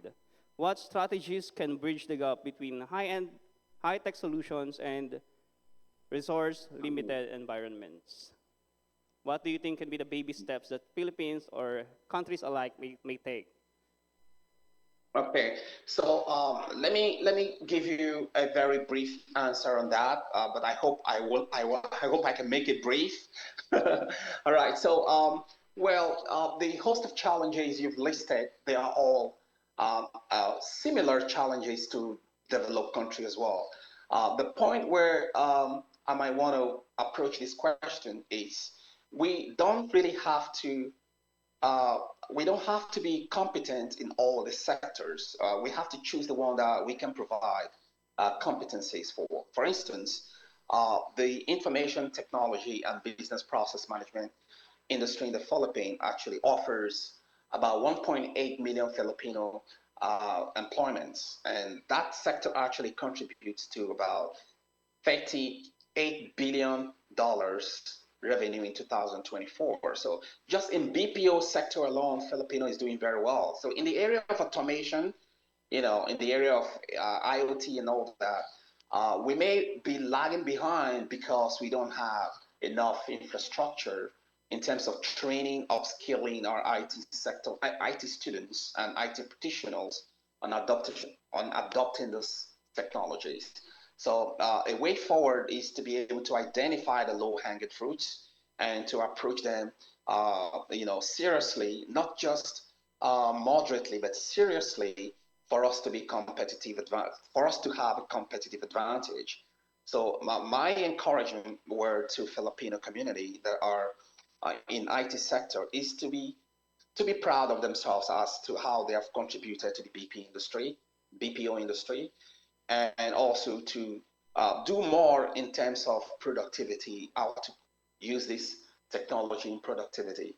For like automation, we don't have industrial-based sector. Our manufacturing sector is still very much, lacking in terms of the facilities and in terms of investment as well. So the investment outlay for manufacturing in the Philippines is very, very low. So I think going for automation in the Philippines may not be the edge we may have over our Southeast Asian peers, but to embrace some other sector that we are contributing very well. I think this is a bit of what I know I could answer to your questions. Thank you. Very much, Sir Prince.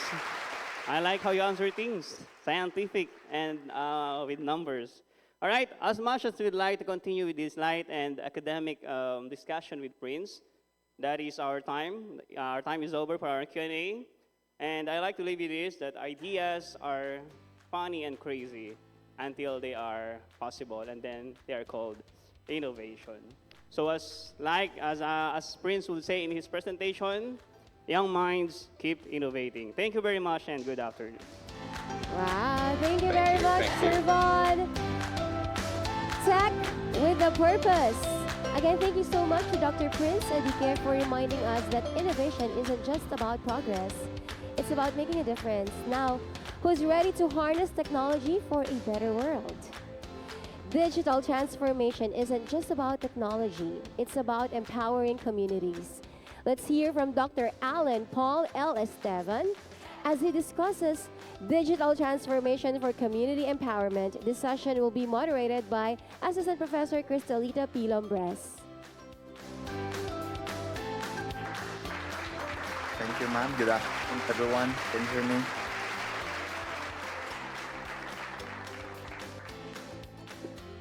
Hello, everyone. Can you hear me? Yes, hello, Dr. Allen. You may now proceed. Again, first of all, I would like to express my gratitude to the President of the ASCOT, the Philippines #1 in mycology, Dr. Renato G. Reyes, as well as the ASCOT's Vice Presidents, Academic and Administrative Council, and to the Working Committee of this International Hybrid Seminar or Webinar. I know it's a nerve-wracking experience to host this kind of activity, especially it's a hybrid setup. Again, congratulations to you guys. And to the NUST counterpart, led by our University President, Dr. Rodora Hugo, the Dean of NUST Graduate School, Dr. Jocelyn Cruz, with the Program Chair of the MSIT, Dr. Maria Isidra Marcos, as well as to the Dean of NUST CICT, Dr. Arnold de la Cruz, the whole community of NUST and ASCOT, good afternoon. So again, let me share my presentation to you guys for me to discuss the topic. Okay, I hope it's visible from you. Okay, so again, I would like to greet our participants from ASCOT campus. I know you are there physically, as well our participants from Facebook Live and here in our Zoom conference. I know you will be absorbing a lot of ideas and insights today, but I hope even you're hiding behind your camera, you will find a way to listen attentively. Again, digital transformation is no longer luxury, it's a necessity. Because according to research as of this year, over 80% of the Philippines' total population is online. That means most of us are familiar with the internet, social media, and other tech-related things.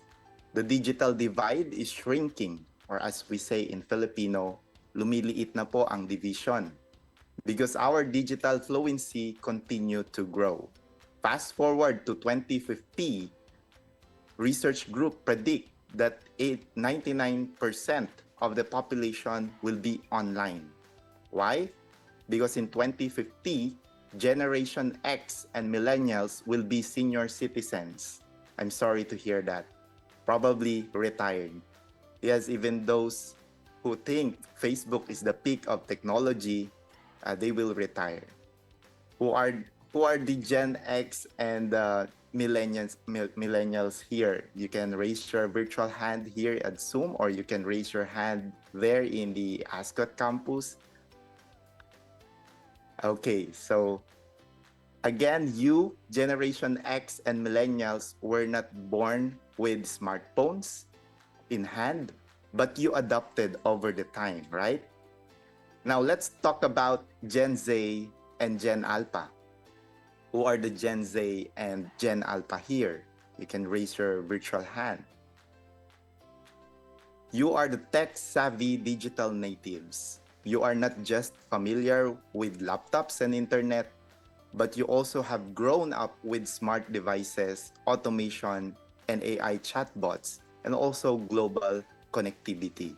Probably some of you here are even dating foreigners that you met online, right? That's global connectivity. As we analyze this shift, Gen X and millennials who had limited exposure to technology in their early years will eventually take a step back. Meanwhile, the Gen Z and Gen Alpha, having lived their entire lives surrounded by technology, will take control and drive the digital future. And here's the big shift in just 5 years, Gen Z and Gen Alpha will be the driving force behind digital transformation. They know how to navigate complex systems, complex applications, and automations. But let's not stop there. This transformation is not just about today. It's about preparing for the next wave. What's the next generation? The generation beta. The generation born into AI-driven, fully automated environments. These kids won't learn technology, they will be born into it. And it's happening now. Especially with your kids, your siblings, and this will happen in your school, inside the university or inside the basic elementary or secondary schools. For example, in school community, they are now using these technologies to cheat. And I call it the new era of copy-paste in education. Back in the day, we need to exert an effort to cheat. We used Código, no?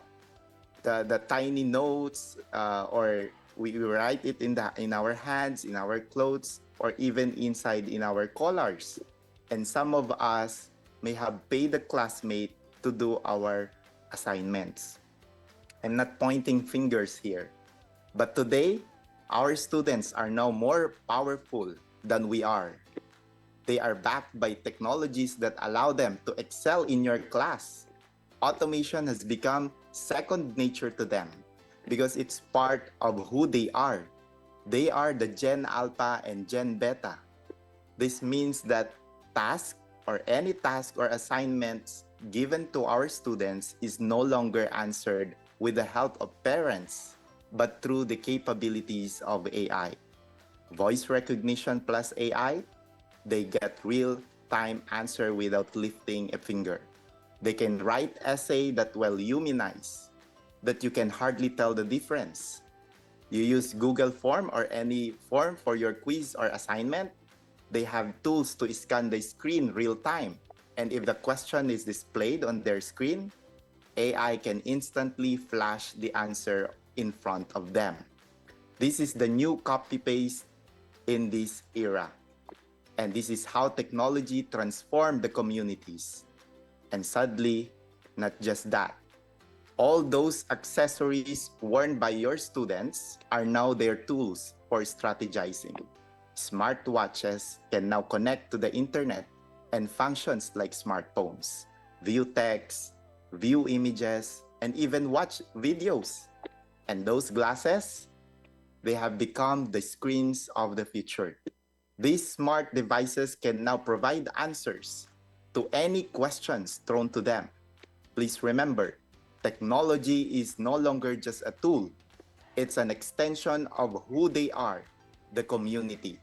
So the question is, Are we preparing for the shift? Or are we still thinking that students are just copying from their seatmates?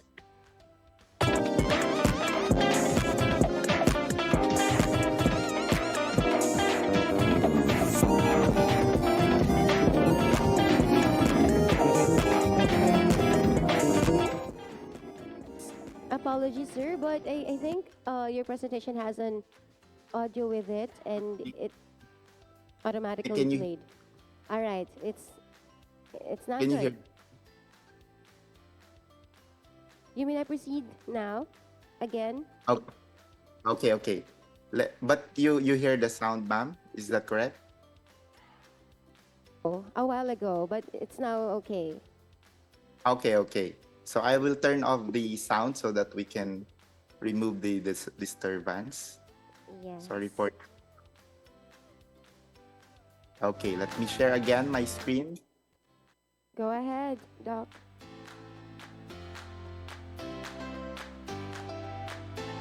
Okay, so earlier we discussed the AI or technology inside the school community, but in outside the community or school community, digital transformation is already part of our daily lives.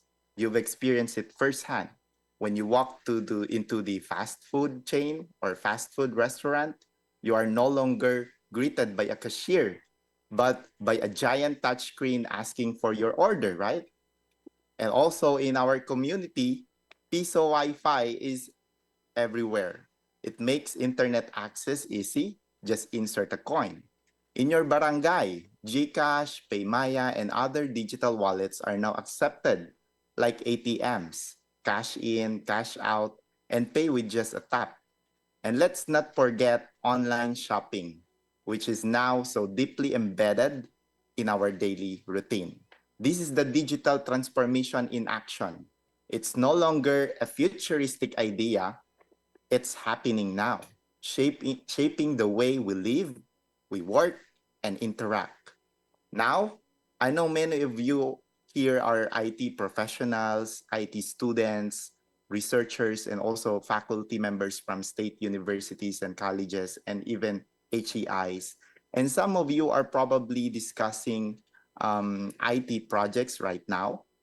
And another is research or capstone project or community projects. Well, you are in the right generation because in this era, digital transformation is not just about progress, it's about empowerment. So let's explore how we can use technology to help the communities. Let me give you an example.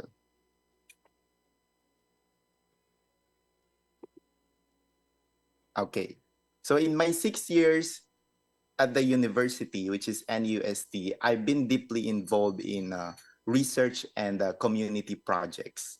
Among the numerous projects I've worked on, one stands out as my favorite, the Tubong Pinoy Project. This initiative started as a capstone project where, together with my mentors, we developed an interactive learning platform that teaches children how to farm through simulations. Why did we create this? We all know that the harsh reality in our agriculture. Our farmers are aging. The average age of our farmers is 58 years old, and many of them are already senior citizens. And sadly, the majority of their children are not interested in continuing the agriculture production.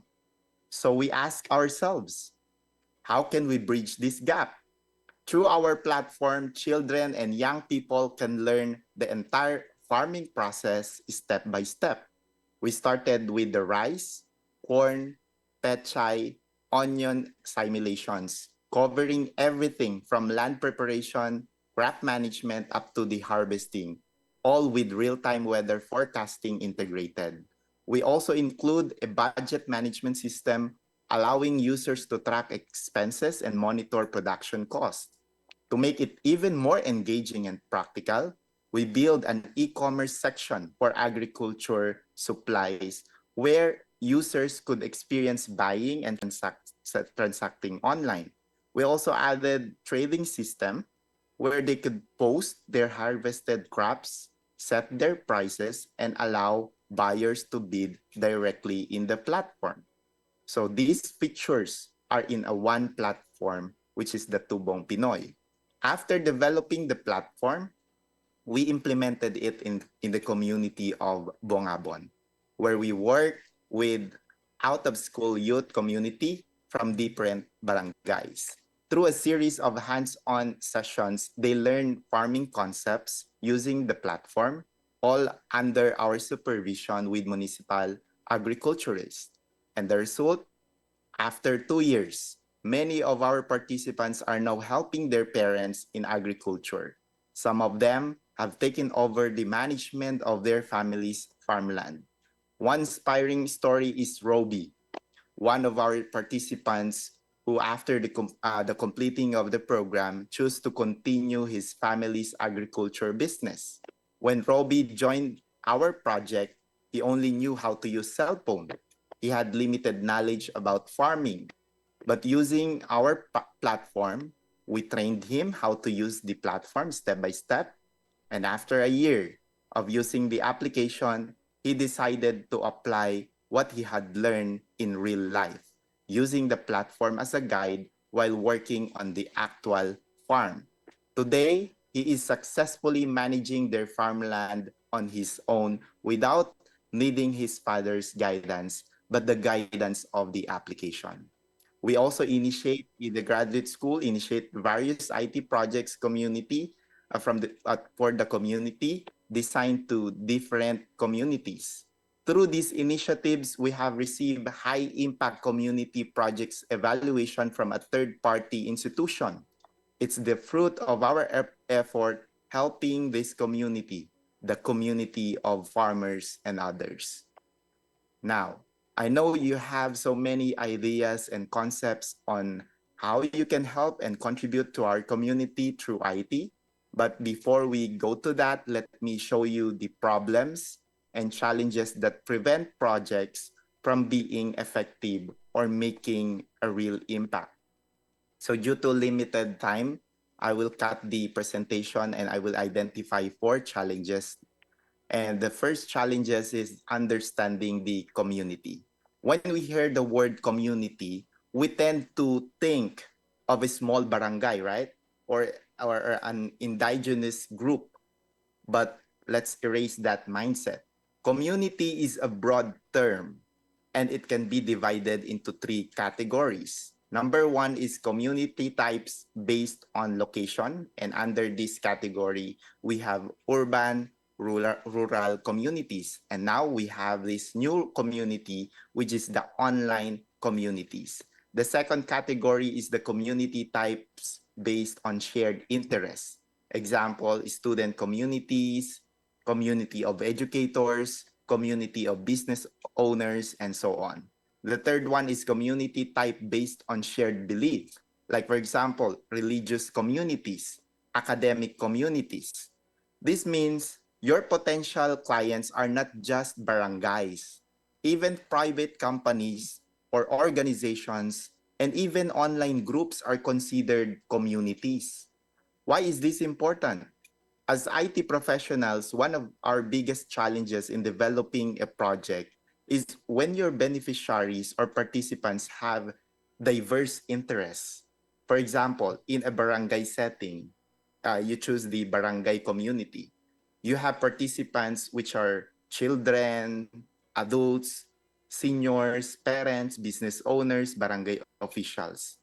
With such a diverse audience, crafting an effective proposal becomes difficult because it's diverse. Every group have different needs, right? My suggestions: prioritize the community based on shared interest. No?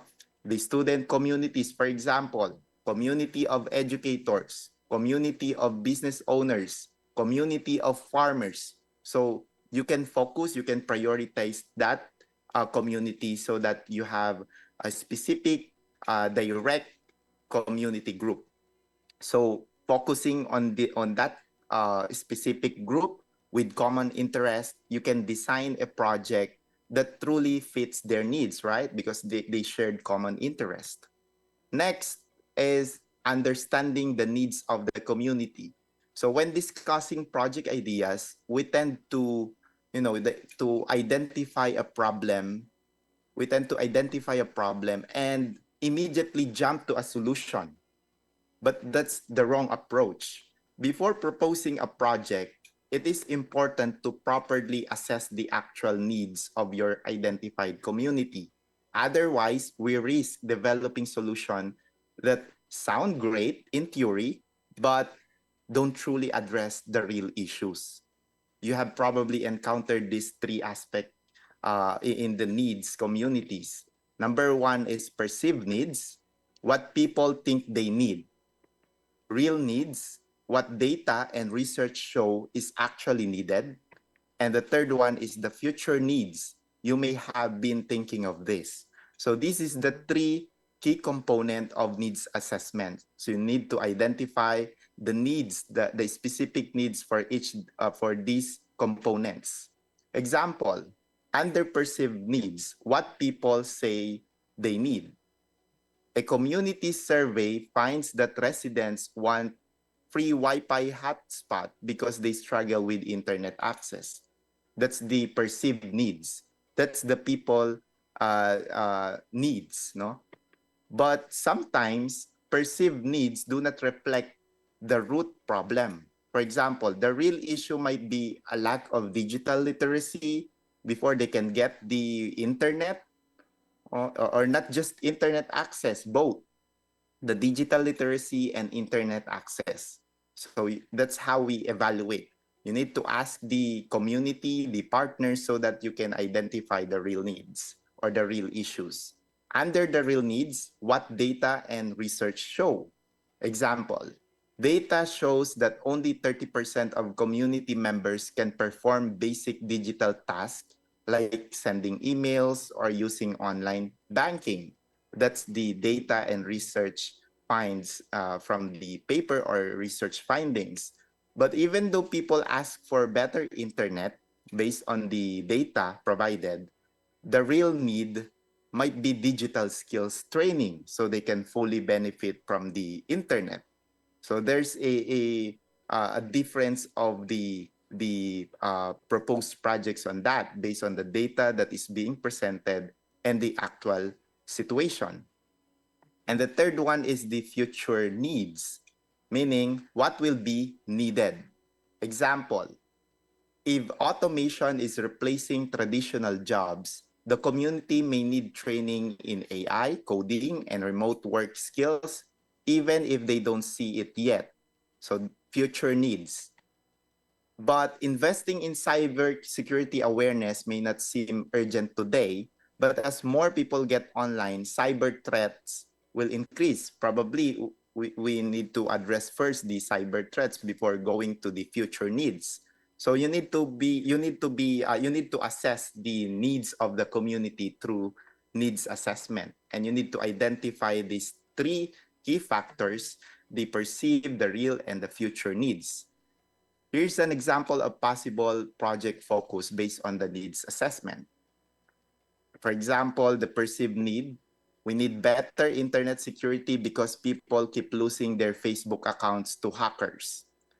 The real need, research shows 60% of small businesses in the community have no cybersecurity training, leading to data breaches and financial fraud. Many residents fall for phishing scams because they lack awareness of online threats. This is the future need. As more people use online banking and e-commerce, cybersecurity threats will increase, making advanced digital security knowledge essential. But this is the project focus. So instead of just focusing on the teaching people how to recover hacked accounts, the program will focus on, number one, cybersecurity training for students, business, and seniors. It's a direct, no?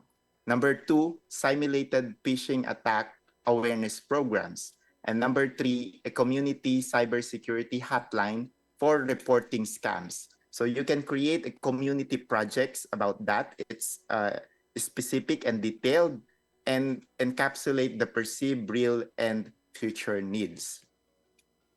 After assessing the community's need, the next big challenge is developing a solid project concept. And here's where many proposed projects end up falling into one of these categories, no? Boil Ocean Project, Scope Creep, Unrealistic, Blue Sky Project, and Vanity Project. This happens because sometimes we either think too big, too broad, or too optimistic without considering feasibility, sustainability, and as well as the actual community impact.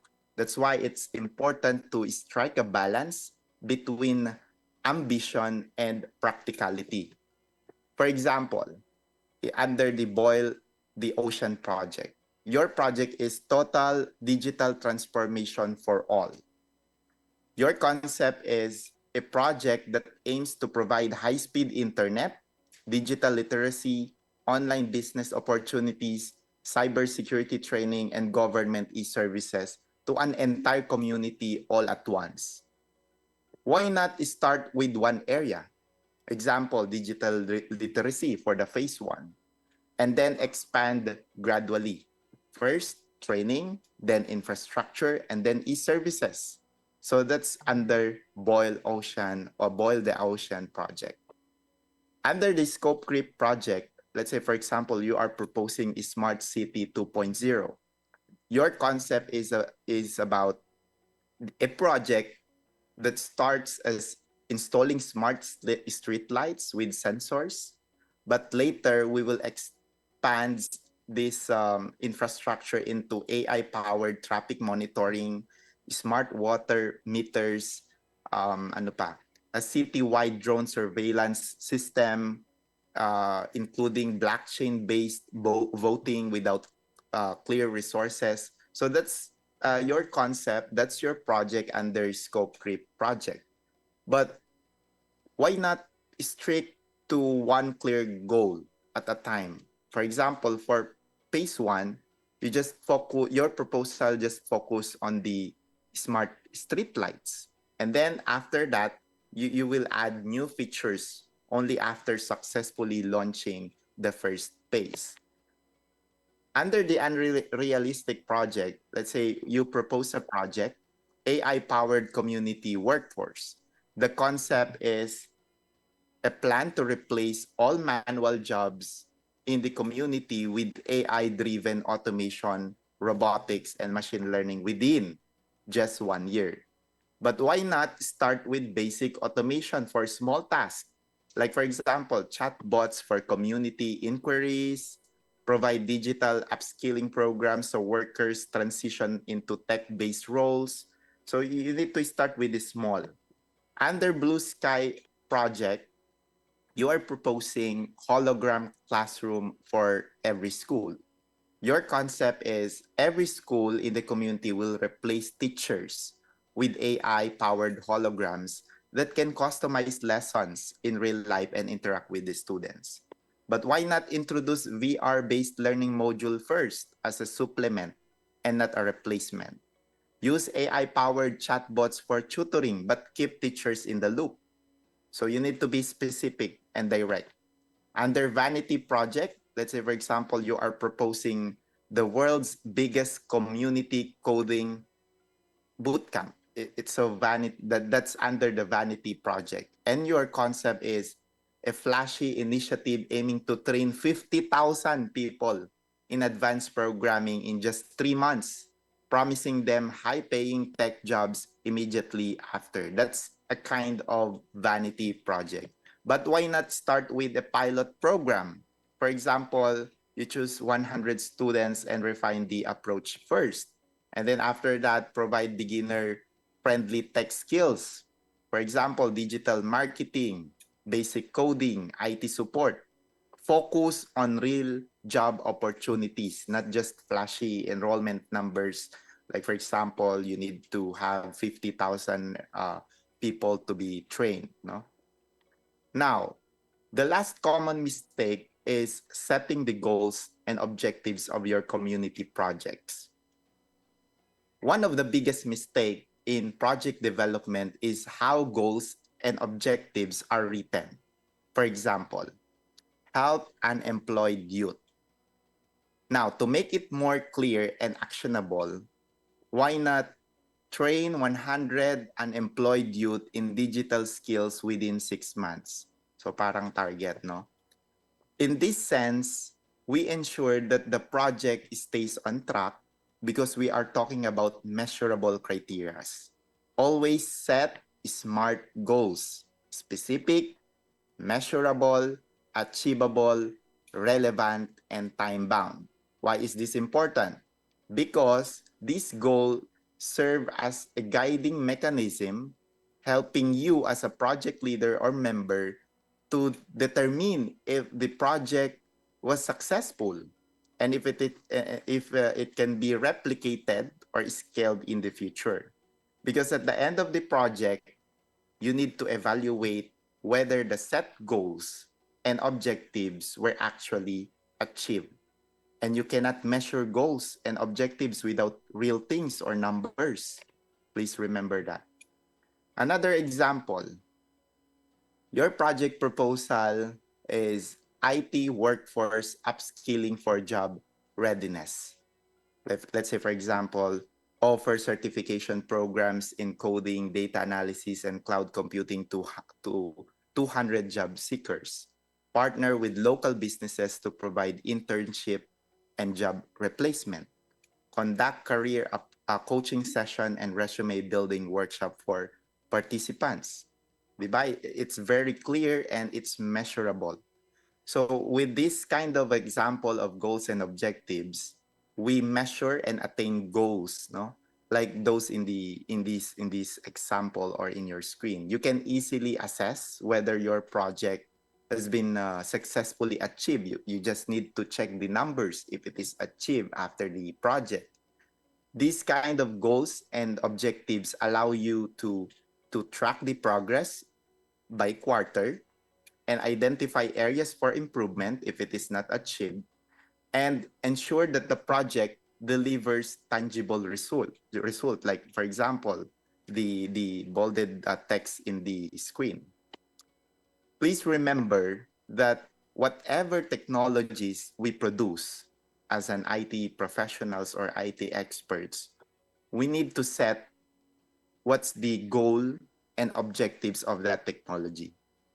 So when you go back to your classroom, to your offices, and start thinking with the capstone project, please, you need to set the goals and objectives first so that you are being guided by those goals and objectives.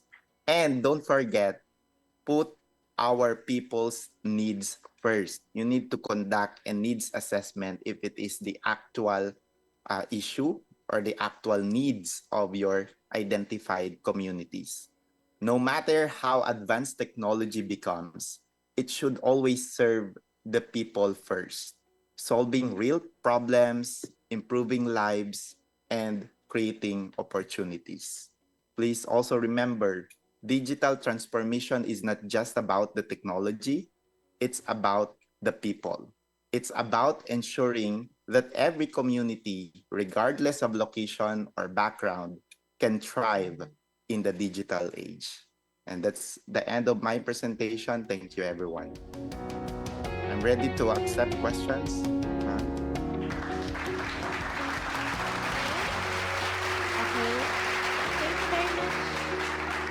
Thank you very much, Dr. Alan Esteban, for that insightful and enlightening presentation on digital transformation for community empowerment.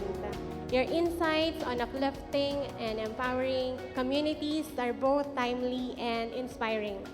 And I'm sure that our participants have gained valuable perspectives about your discussion. By the way, I am Cristelita P. Lambres, faculty from the School of Information Technology, and it's a privilege to serve as your moderator for this session. At this point, we would like to open the floor for questions and clarifications. Feel free to raise your hand or you may drop your question at the chat box if you are joining us virtually. Okay, and with that, we have our first question. Good afternoon, Doc Allen. My question is this one. What are the key components of digital transformation that empowers the community based dun sa presentation? Okay, well, that's a good question. Again, thank you very much, Ma'am Cristel, and hi, Sir Marmol. Kabatch ko po sila sa MSIT. So again, to answer the questions, I believe there are, again, the components of digital transformation. I believe there are two important components of digital transformation. And I think number one is the infrastructure. To fully maximize the benefits of the digital transformation, we must invest in infrastructure. I will highlight just only one, a critical aspect of infrastructure, the internet. But it's not just a common internet, but we need a reliable, high-speed, and uninterrupted connectivity to support this transformation. The second component is the people. Without skilled individuals, we cannot drive these changes forward. We need talents like you, our students, to lead this transformation. You must hone your skills, train for the future, and embrace lifelong learning. You need to study, learn, and conduct research. All of us, educators, institutions, and even communities are investing in your education and your future. That is why your college education is free, because we believe in your potential to contribute to the success of digital transformation. I think, Ma'am Cristel, these two components must be prioritized to truly empower our communities. Yes, sir. Thank you very much for that follow question. And with that, sir, I'm sure that the audience have really grasped ideas, and it's very clear that the infrastructure and the people are really the foundation to empower our communities. And with that, sir, it looks like we have another question from our audience online. And the question is from Sir Jello. The question is, what would you suggest in measuring the impact of digital transformation initiatives on community empowerment? Okay, so when measuring the impact of digital transformation projects, for example, it is crucial to define the expected outcome, expected output right from the start, from the proposal itself, from the capstone ideas and concept. As I mentioned earlier, a well-crafted set of goals and objectives and a clear understanding of the community's needs, the three, and a solid project plan are essential. With these elements in place, you won't go wrong. Following this approach will always lead to a better and more impactful digital transformation initiatives. However, it's important to remember that achieved output and impact are two different things. For example, your output is you trained 50 unemployed individuals. The training is completed and they officially graduated from your project. And that's your output, the immediate or measurable result. But the true impact of your project might only be seen, since we are talking about impact, it will be seen 1 to 3 years later. The real question is, yes, they are trained, you train them from your projects and they are graduate from your projects, but what for? If many of those individuals are now employed and that project helps them to be skillful and look for a job, financially stable, and enjoying a better quality life. And that's the true impact of the projects. Digital transformation is not just about completing a project, it's about creating lasting change that improves lives and communities in the long run. I think that's a very good impact kahit isa lang ang participants mo. That's it, Ma'am Cristel. Yes, and thank you very much, Dr. Esteban, for your thoughtful response. It's very evident, yes, that the impact and measuring the impact of digital transformation involves both data and community feedback, of course. Because just like what you said a while ago, the digital transformation is not more than just integrating into systems, but it's about empowering people. Yes, I know that there's a lot to explore about this topic, but, and we truly appreciate everyone's insightful queries, but as much as we would like to continue this dynamic exchange, so we are very mindful of our schedule, and I guess it's time to wrap up this Q&A session. So once again, on behalf of everyone here, we would like to thank you, Dr. Esteban, for your valuable time and expertise. Your talk has really provided us with actionable insights and a renewed appreciation for the power of digital transformation in building stronger and more empowered communities through creating opportunities for enhancing education, access to essential services, and enabling individuals and organizations to innovate and thrive. Let's give another round of applause to Dr. Alan Esteban. Thank you and good afternoon.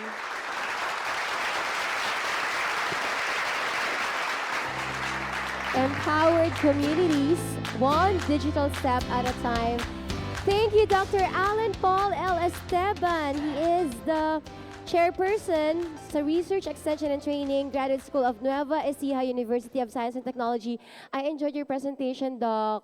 At kung makikita nyo lang po dito sa live audience, you really did enjoy it. Thank you so much. Okay, of course, we heard it from Dr. Alan. And what actually stayed on me in his presentation is this. Digital transformation isn't just about technology. It's about people. Let's make every click count, right? Thank you, Doctor. And maybe see you later for our group photo. All right.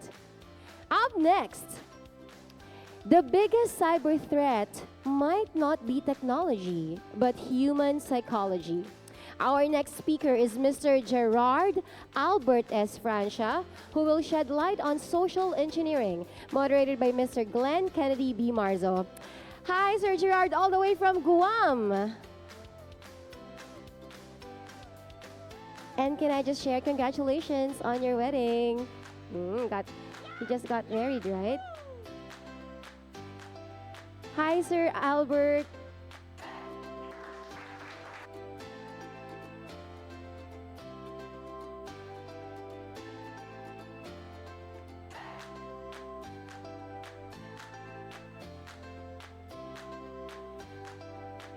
I think this next topic is also very relevant and important for all of us because our speaker will be uncovering the risks of social engineering and how we can protect ourselves against it.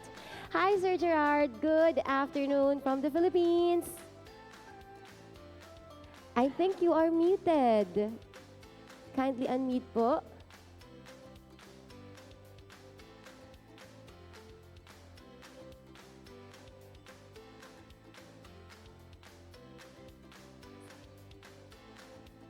Ayan, hi! Hello, good afternoon. Good afternoon. You may now proceed with your presentation. Okay, thank you. But before sharing my slide, I would like to congratulate ASCOT, especially the School of Information Technology for the international webinar for IT innovations and insights.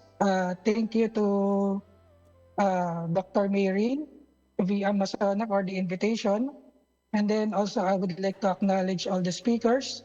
Thank you for your insightful presentations, Dr. Hatanaka, Dr. Prince Edike, Dr. Alan Paul Esteban, and later Mr.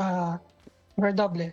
So I would like also to acknowledge all who are present here in our webinar from different places. I've seen familiar faces, including others from NEUST. So I would like to extend my apology to them because I haven't finished my master's degree there yet, but I'm still hoping to finish it.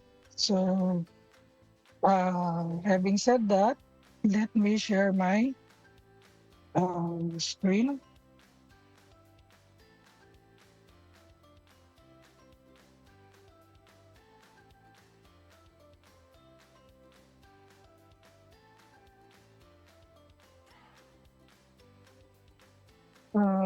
Okay, so is it visible now?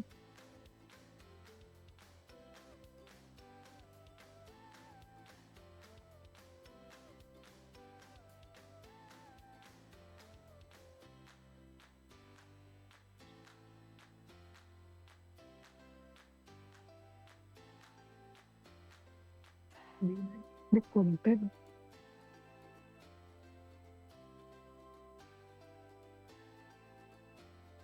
Hello, can you hear me? Sorry.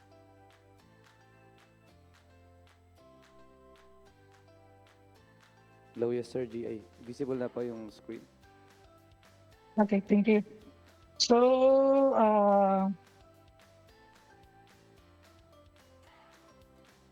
based on the previous presentation by Dr. Paul Esteban, so technology is good. It's very, very good, but it is also a two-edged sword. So for now, we are going to briefly discuss one of its dark side, which is social engineering. So based from the definition, what is social engineering? It is a manipulation technique that exploits human error to gain privileged information, access, or valuables. So main goal of social engineering is to deceive the target into providing sensitive information or access, often with harmful intentions. So what are those intentions? Maybe financial gain and others. So there are types of social engineering attacks. Number one, so based, yes, John Lloyd, sorry.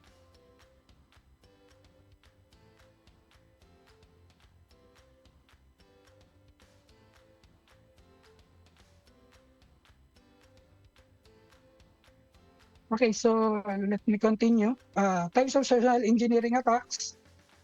The most common one is we are all familiar with this one. So it is phishing attack.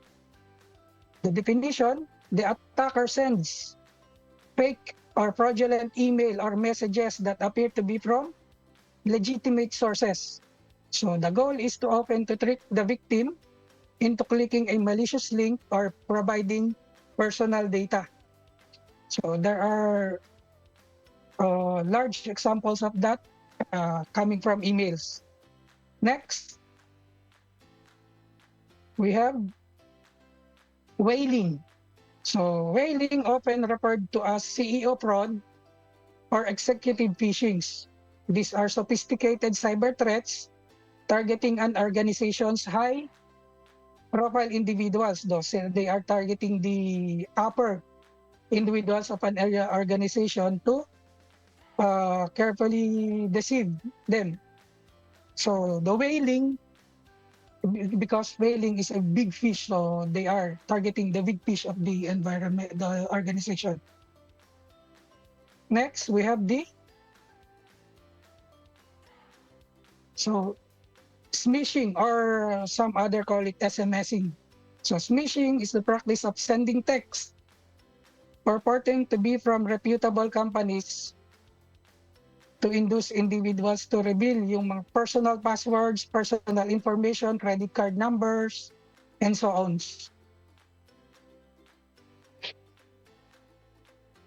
Next, we have the pretexting. So what is pretexting? The attacker creates a fabricated scenario or pretext to obtain information. So one example is impersonating a company employee to request information.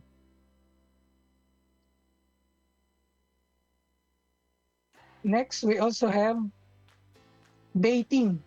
So baiting is a type of social engineering attack where a scammer uses a false promise to lure a victim into a trap, which may steal personal financial information or inflict system with malware. Next, we also have tailgating. A tailgating attack happens when an authorized person sneaks into a restricted area by following someone with legitimate access. So we often see it from Hollywood movies wherein the actors gain access on a secured location by tailgating someone with access. Next, we have piggybacking. So piggybacking is somewhat related to tailgating. So the attacker is allowed entry by an authorized individual who may assume the person behind them has valid access. So mostly the courteous persons are the victims of the piggybacking. And then we also have phishing or voice phishing, type of phishing attack where scammers use phone to trick individuals into revealing personal information. So notice all of them are targeting persons to reveal their personal informations. Okay, so we have already discussed the types of social engineering. Now let's deep dive into the psychology behind social engineering. Okay, so number one, we have, oh, sorry.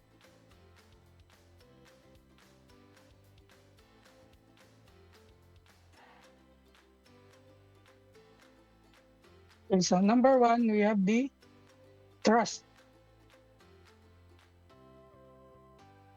So most people trust each other. With social engineering exploit, threat actors often targeted trusting people. Okay, next. We have the curiosity. Often we are curious, right? There are times when we have seen no access, do not enter. We tend to get curious and then open that or go to that place or open that link. So is also one of the target behind social engineering. Next, we have the fear and urgency. So threats and emergencies are used to create a sense of panic, prompting hasty decisions. So if you panic, you tend to click without thinking. And then next is the greed. So this is one of the most enticing characteristics of people, the greed. So the promise of reward or incentives can push individuals to act impulsively. Okay, so analyzing that, we can clearly say that those four targets human vulnerabilities. It doesn't rely on technology. It just relies on human vulnerabilities. Next, we have reciprocity. So a social engineer may give something, compliment, a free item to make the target feel obliged to return the favor.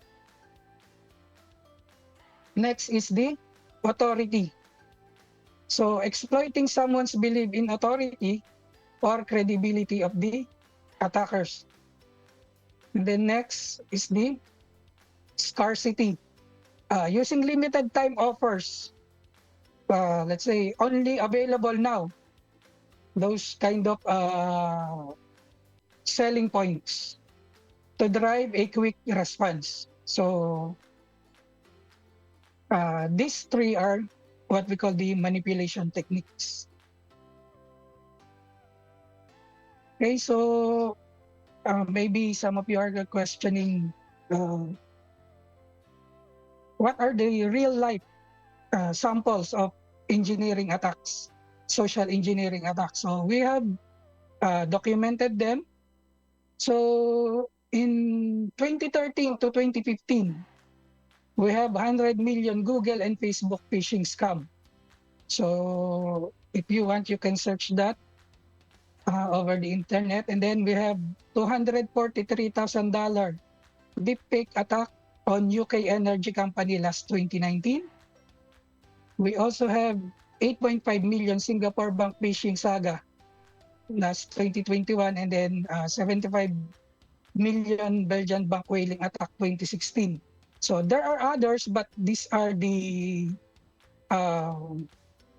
highest attacks with millions of loss.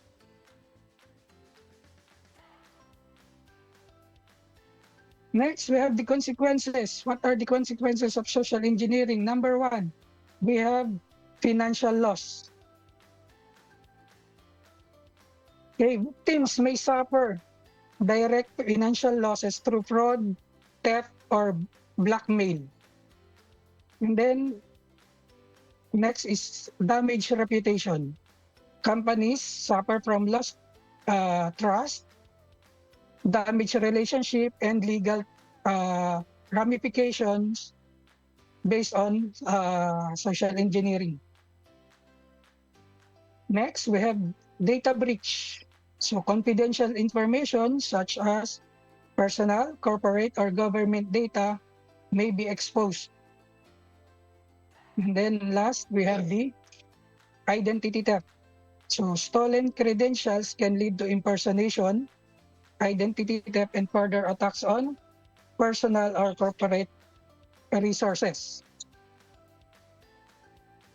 Now, how can we protect ourselves from social engineering? Okay. The most important one is awareness and education. So there is no sophisticated system that can protect us from social engineering other than awareness and education. So we have to regularly train ourselves and in the risk of social engineering and how to recognize suspicious activities. Next, verify identity. If you have received emails or you have received calls from another person that you are not familiar with, don't be shy to always verify their identity. Next, be skeptical of unsolicited requests. Avoid clicking links or downloading attachment from senders that you don't know. And then use multi-factor authentication. So most systems now are equipped with multi-factor authentication. You can always enable them for added security. And then lastly, check for red flags. So there are red flags. Sometimes there are phishing mails that are pretending to came from your boss or your president. And then if you check it really, you can you can see telltales that they are fraudulent. So be vigilant.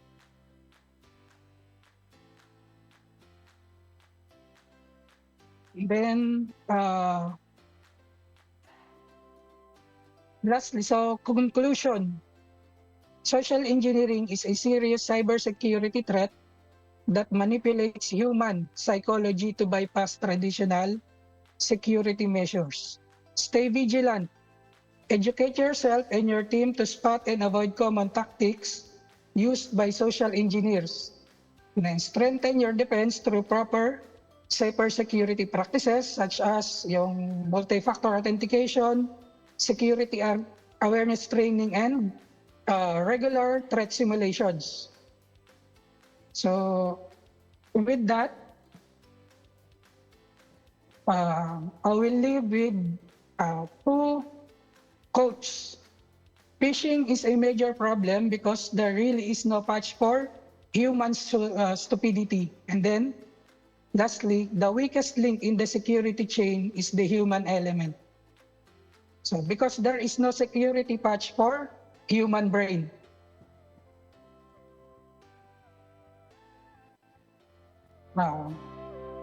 Thank you. Okay. Thank you so much, Mr. Francia, for your insightful and eye-opening presentation about social engineering, especially on the dark side of social engineering. And it's clear that this is an issue we need to be more aware of in today's digital world. And I'm sure everyone learned a lot here in Bulwagan. But before we proceed to our question and answer session, so allow me to introduce myself. I am Glenn Kennedy B. Marso, and I am the moderator for today's session. So if you have any questions to Mr. Francia, feel free to raise your hand if you are here in Bulwagan. And if you are watching via Zoom or Facebook Live, drop it on the comment box or chat box. Okay, so the floor is now open for any question here in Bulwagan. And yes, and we have first question for our instructor at School of Information Technology, Ma'am Edna Napoles. So yeah, good afternoon, Mr. Francia. Based on your presentation, social engineering attacks manipulates individuals into revealing confidential information or taking actions that compromise security. So these attacks, including nga po yung mga nabanggit like phishing, whaling, baiting, often target unsuspecting individuals. With this in mind, Dr. Francia, what are the common tactics used in social engineering attacks, and how can individuals protect themselves aside from the things that have been stated in your presentation?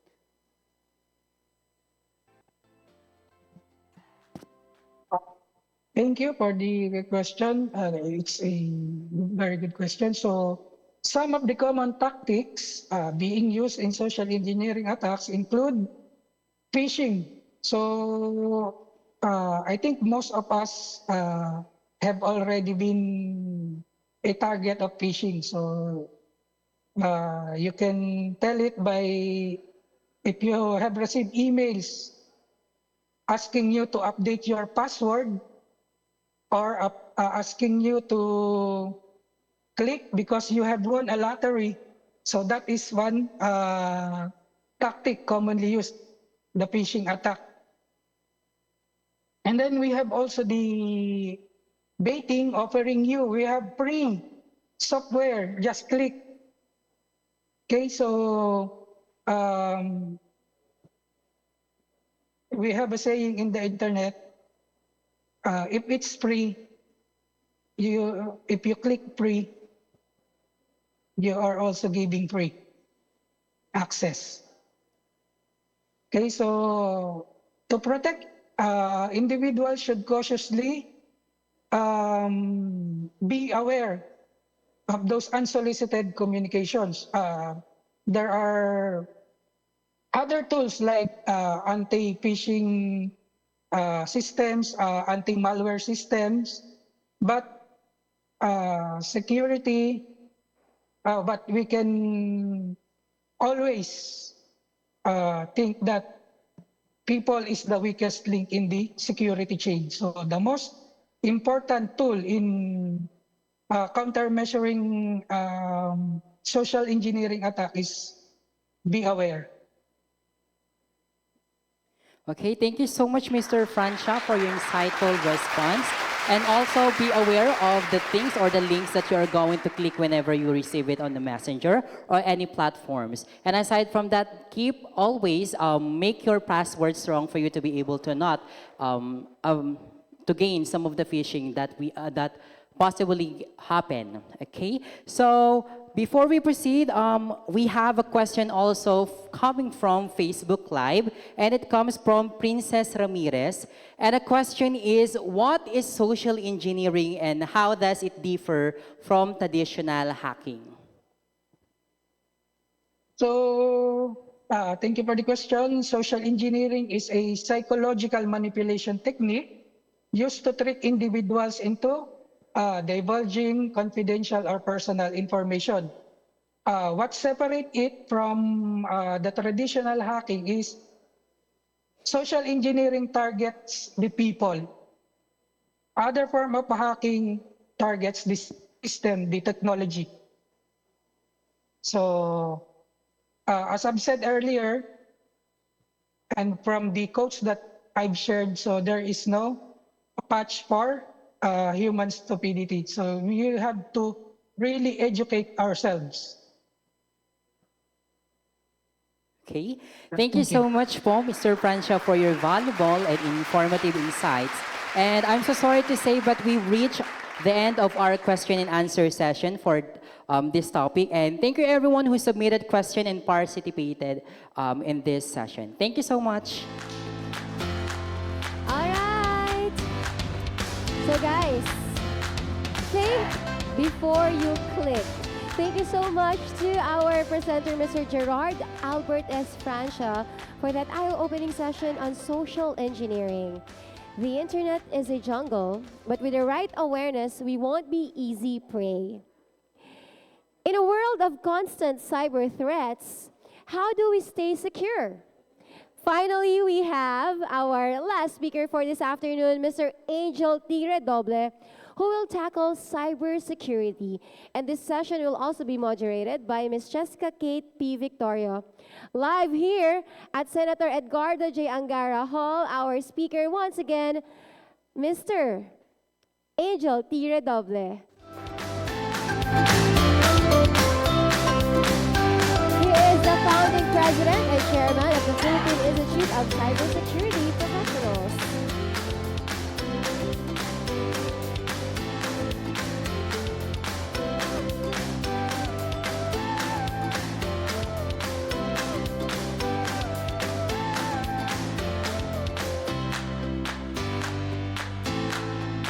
Hi, boss, Sir Angel. Thank you, of course, for traveling all the way from the city just to join us this afternoon.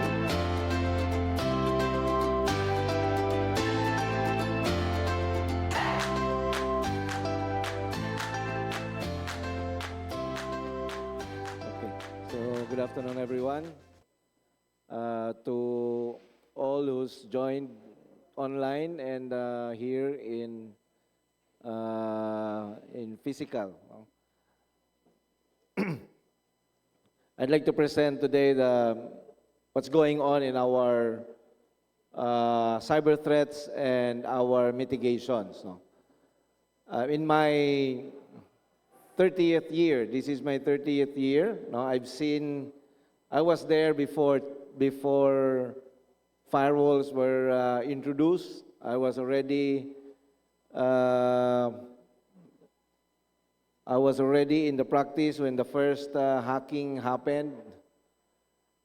But I like data. I love data. So it was asked earlier how we measure the impact of digitalization.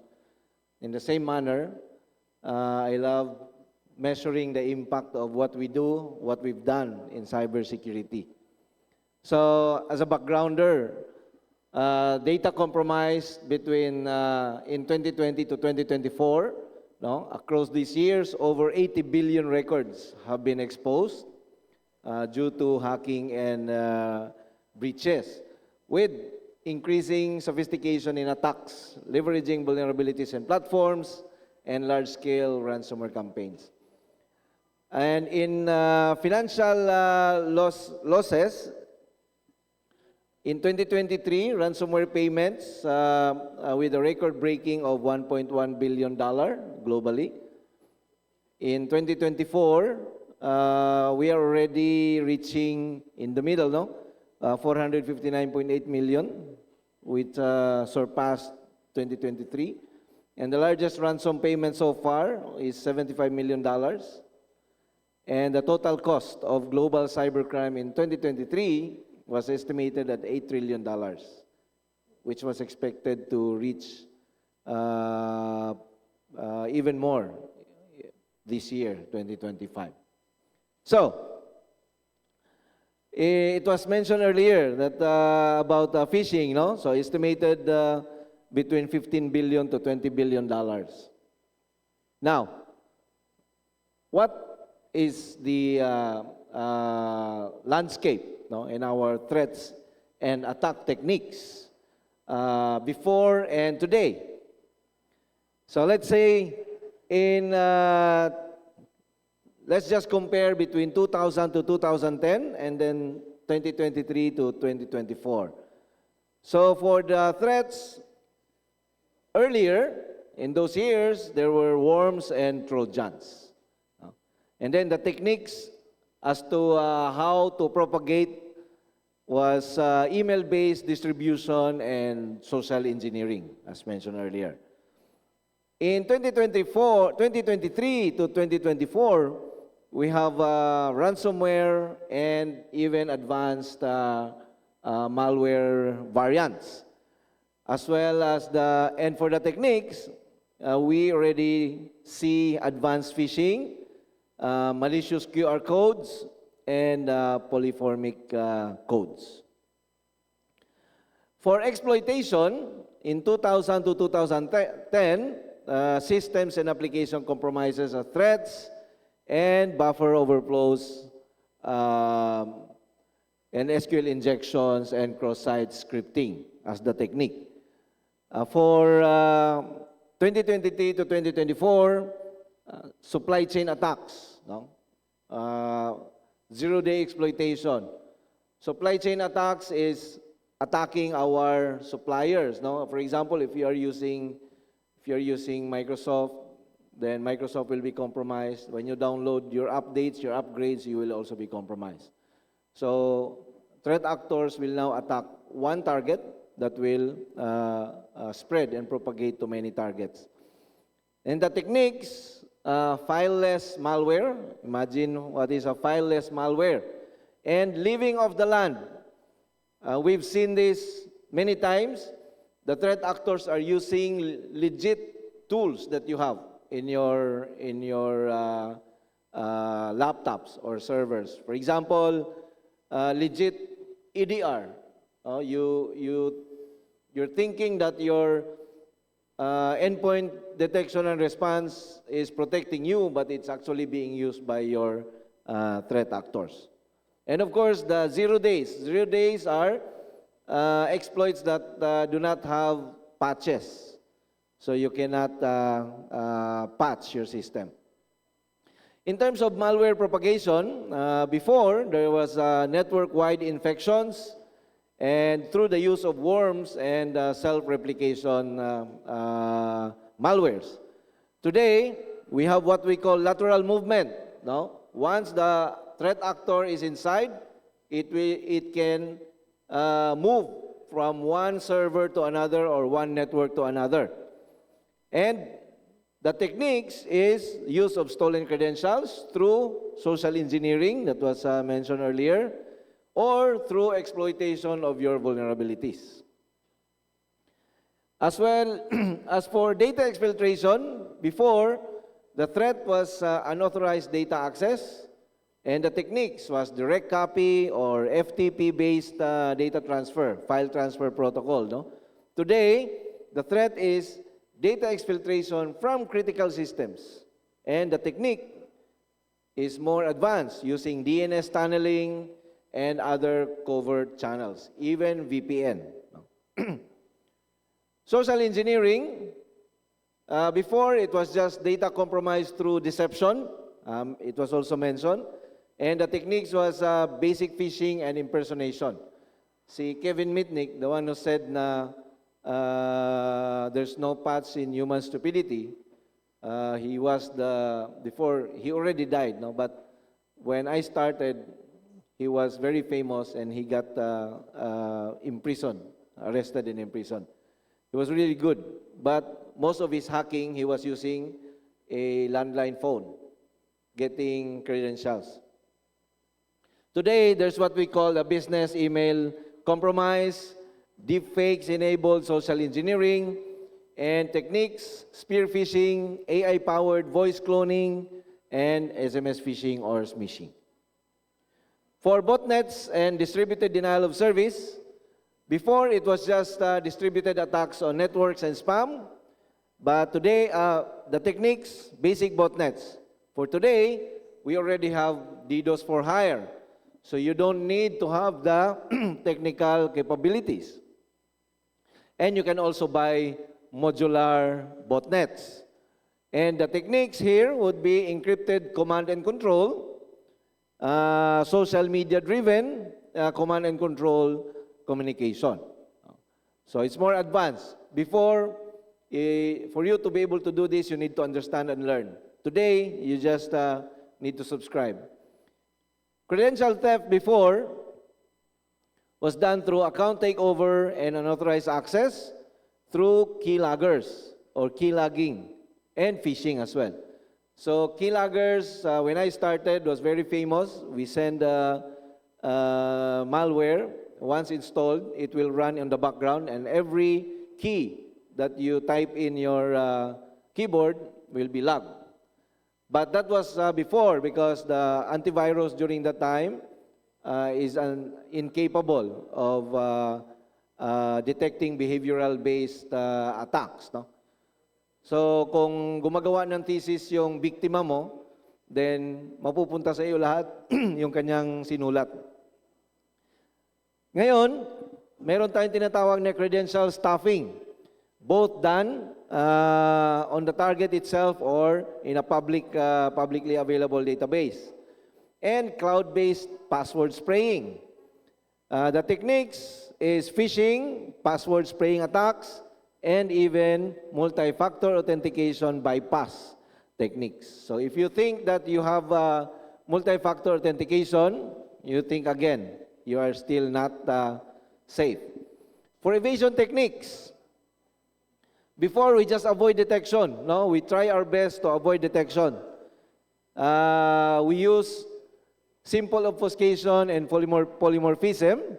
Today, we have what we call AI-driven evasion, living off the land, and adversarial machine learning. So the techniques here would be a stealthy malware changes and model manipulation.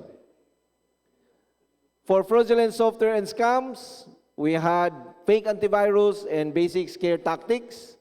Today, we have cryptojacking, financial fraud on platforms, and social advanced engineering malicious investment scams. So, what is the conclusion? Threats and techniques improve to the highest level. But what about our mitigations and countermeasures? So, using the same comparison for malware, before our mitigation was just basic antivirus, email filters, and spam training. Today, we have AI-driven email security. We have advanced anti-phishing and multi-factor authentication, and even advanced in endpoint detection and response. For exploitation, before the mitigation was just firewall, manual patch management, and basic intrusion detection. Today, we have zero trust automated patching. We have SIEMs coupled with XDRs and advanced EDRs. For malware propagation, before it was just basic network segmentation and IDS or IPS, intrusion prevention system. Today, we have what we call micro-segmentation. We have behavioral analysis, and we have network detection and response. No? So, for data exfiltration, before the mitigation was just basic data loss prevention, DLP. Today, we have advanced DLP, zero trust data access, encryption at rest and in transit. For social engineering, before it was just awareness training, manual vendor verification. Today, we have AI-based deep fake detection, no? Continuous user training and behavior-based detection.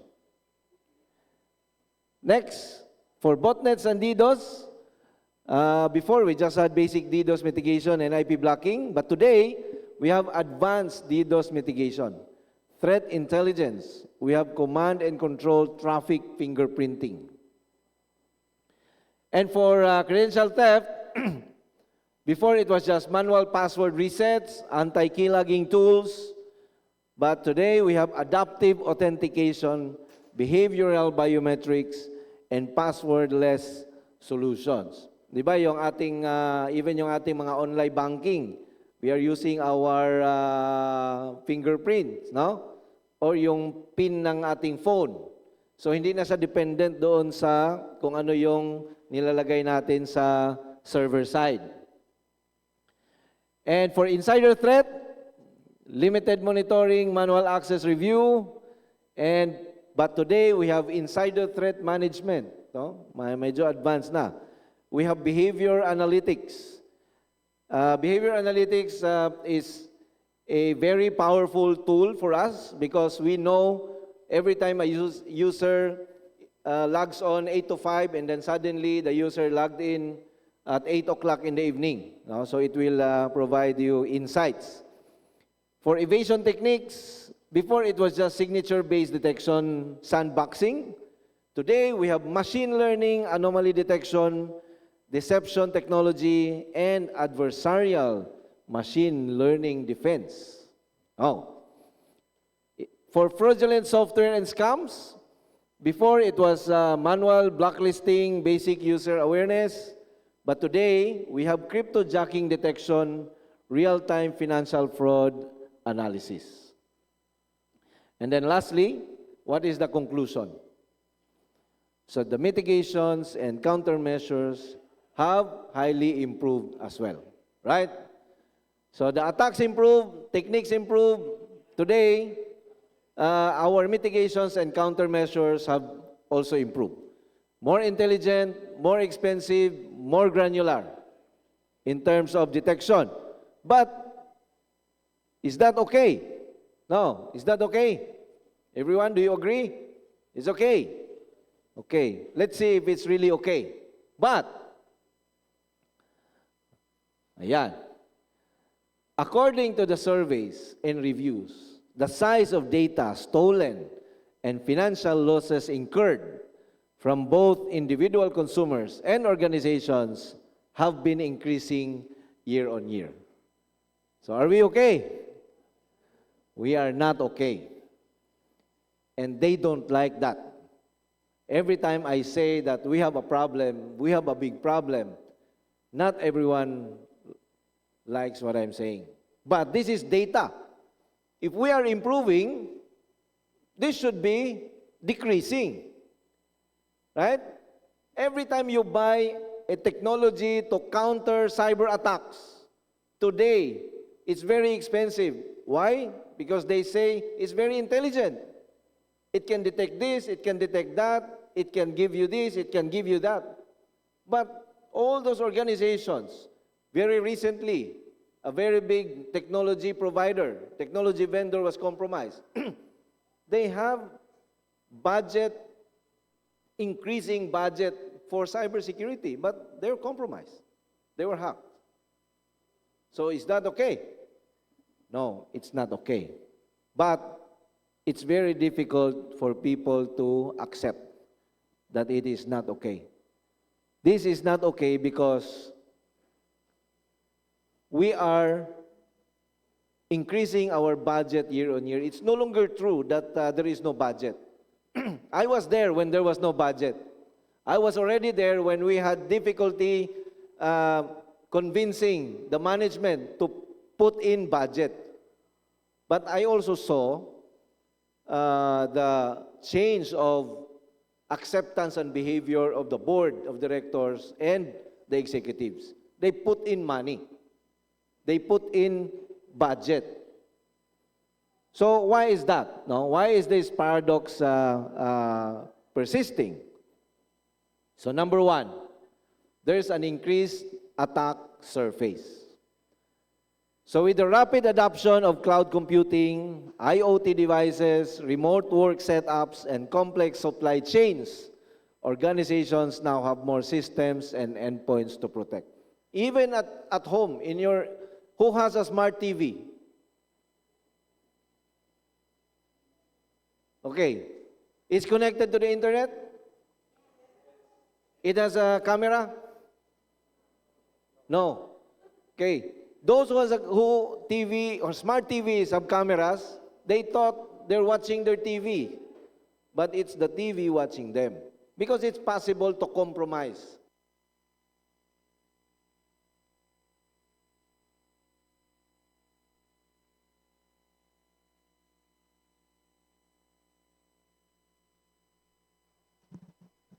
So, each new asset creates another potential entry point for attackers, making comprehensive security coverage increasingly challenging. Your cell phones, is that secure? Your smartphones. What tools did you install in your smartphones? Do you have TikTok? Do you have Facebook? Do you have all those stuff? Do you even understand the behavior of whatever you install in your Facebook, in your phone? No. So that's why I have 3 phones. One for social media, one for online banking, and one for corporate email. I don't mix everything. Why? Because I do not understand and I'm being paranoid. This is the reason why, the sophistication of attackers. Cyber criminals have become more skilled and organized. I've seen this kind of attacks. Very good. Not just very good, very clever, very stealthy. Whatever we are using, they are using it also to leverage. No? Techniques like ransomware as a service and zero-day exploitation marketplaces allow even less technically adept actors to execute advanced attacks. So before, every time we analyze an attack, we put a level of intelligence or skills for threat actors to use it. 1, 2, 3, 4, 5. If the attack is sophisticated, we say level 5 skills needed to launch this attack. Today, even without skills, they can launch an attack.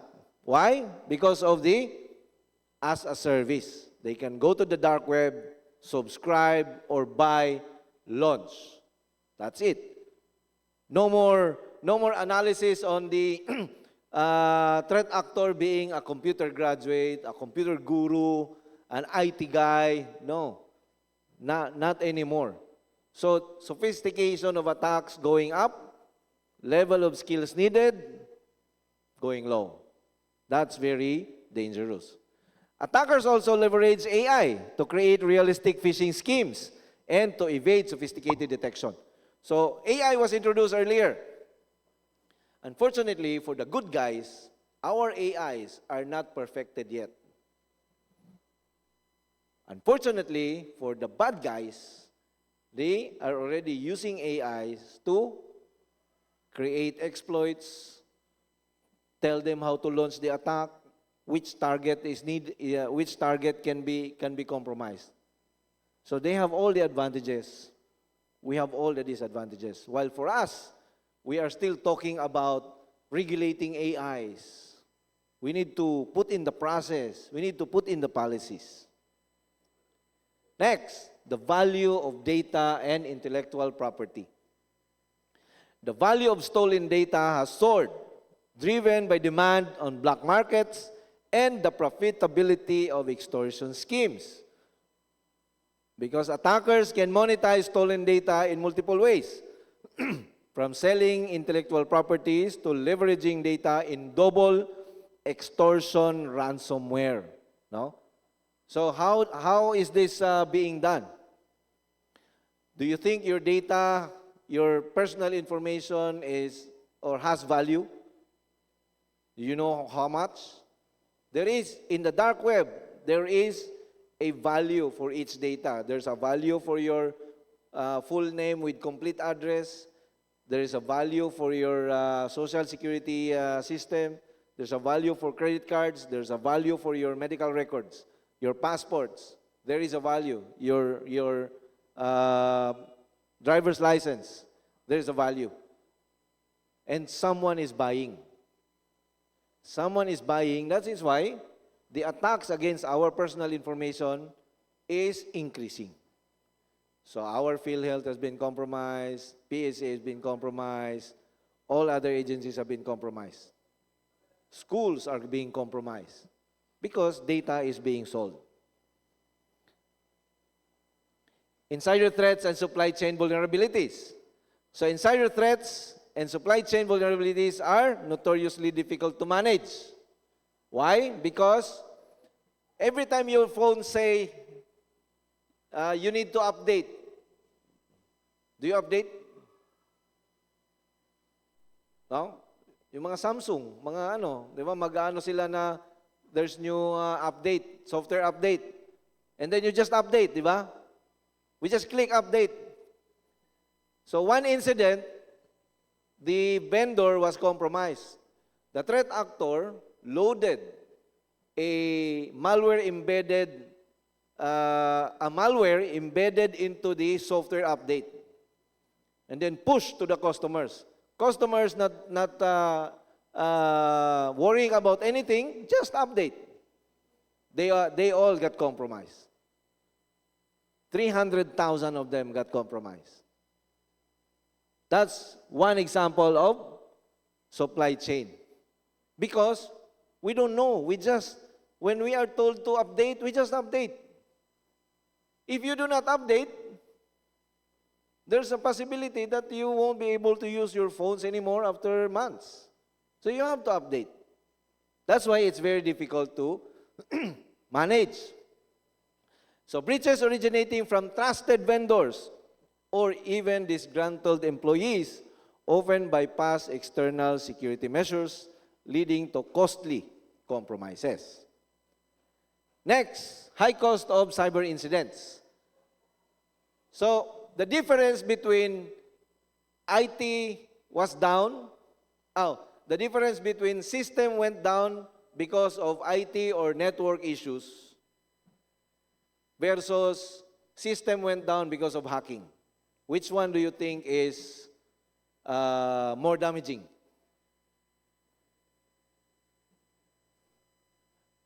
Which one?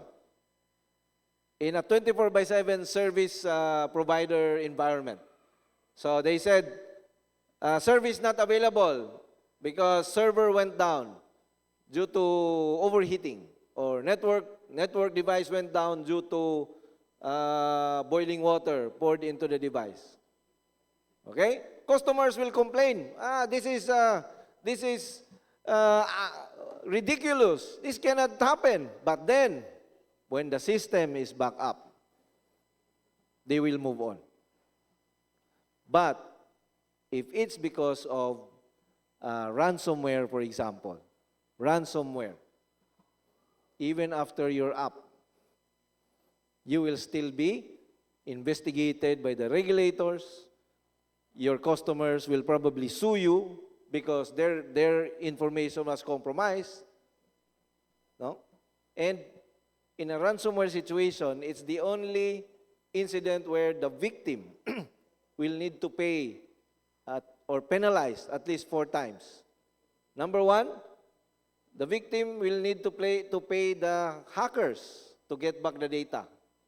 Number two, the victim company will probably need to pay penalties for the regulators. Number three, the victim will need to pay the customers if the customers will sue the company. Number four, the victim will need to pay the stakeholders, the investors. Especially if you are publicly traded, your stocks will go down. And then for months, you will feel the impact of that incident. Your stocks will continue to go down. Financially, reputationally, and legally dangerous. Very high cost. And of course, evolving regulations. Mentioned earlier is the compliance cost. So we have the Data Privacy Act of 2012. There's the Global Data Protection Regulation, GDPR. There's the HIPAA. There's the PCI DSS. There's the ISO 27001. I think there are 10 or more than 10 that needs to be complied. No? And the human element and security awareness challenges. Dito ba here in ASCOT, how often do you do cybersecurity awareness? Ma'am Kate.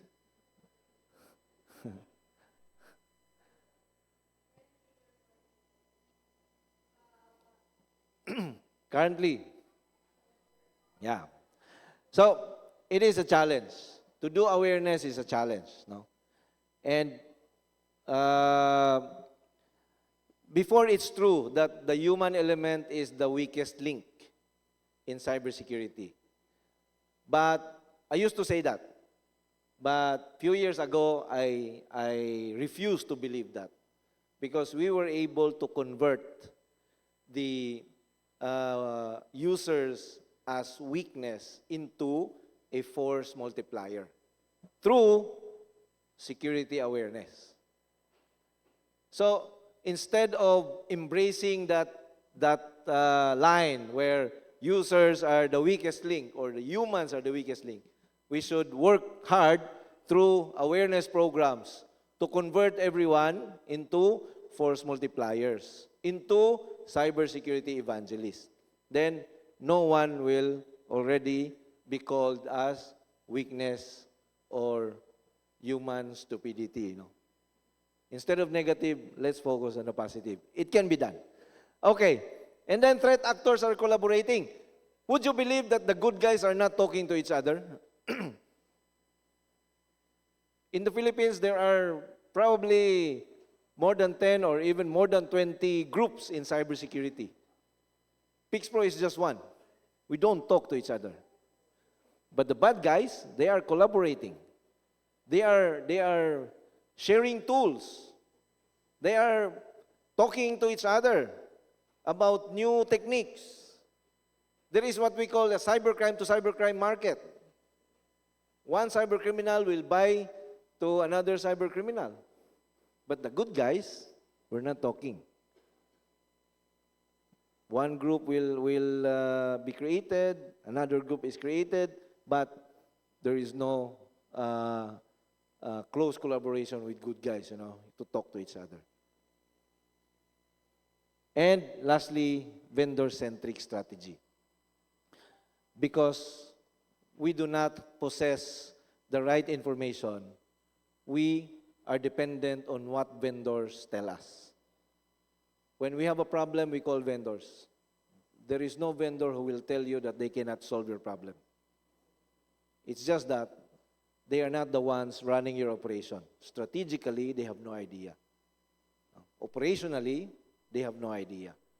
So if you cannot create your own strategy, you cannot conceptualize your own end-to-end cybersecurity operations, you will always be vendor-centric. Your strategy will always be vendor-centric, and even if something happened because of the solution or technology that you are using, you will still need to be with that vendor. And lastly, I always believe that victory against cyber threats is impossible without a solid and unbreakable cyber defense. We start with the human factor. Train the users, train the technical professionals. Technology will follow. So this is an example why we are not winning. No? Let me just play this very quickly. And pay attention. No? This is a 5-minute, 1 minute.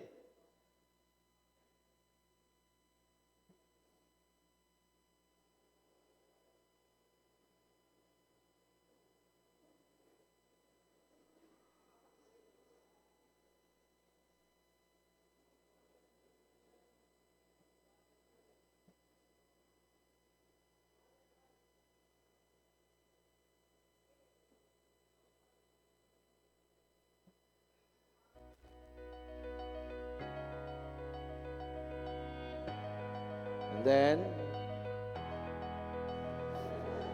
but the next user, so it never stops. It's the cycle of life. Okay. With that, ladies and gentlemen, the best weapon that we have with us is be paranoid. Whatever you receive, be paranoid. Whatever you see, be paranoid. Okay? Do not trust. Hence, they call it zero trust. Thank you very much. Yes. Of course, thank you, Mr. Angel Redoble. Ayan, that is our chairman for our PICS Pro here in the Aurora chapter, by the way. We do have our PICS Pro. You can register also to be a member of our PICS Pro professional here in Aurora. Okay, so thank you, Mr. Angel Redoble, Mr. Chair. So good afternoon, everyone. So today is an international webinar with the title of Cybersecurity. So my name is Chesakit Victorio, your moderator for today.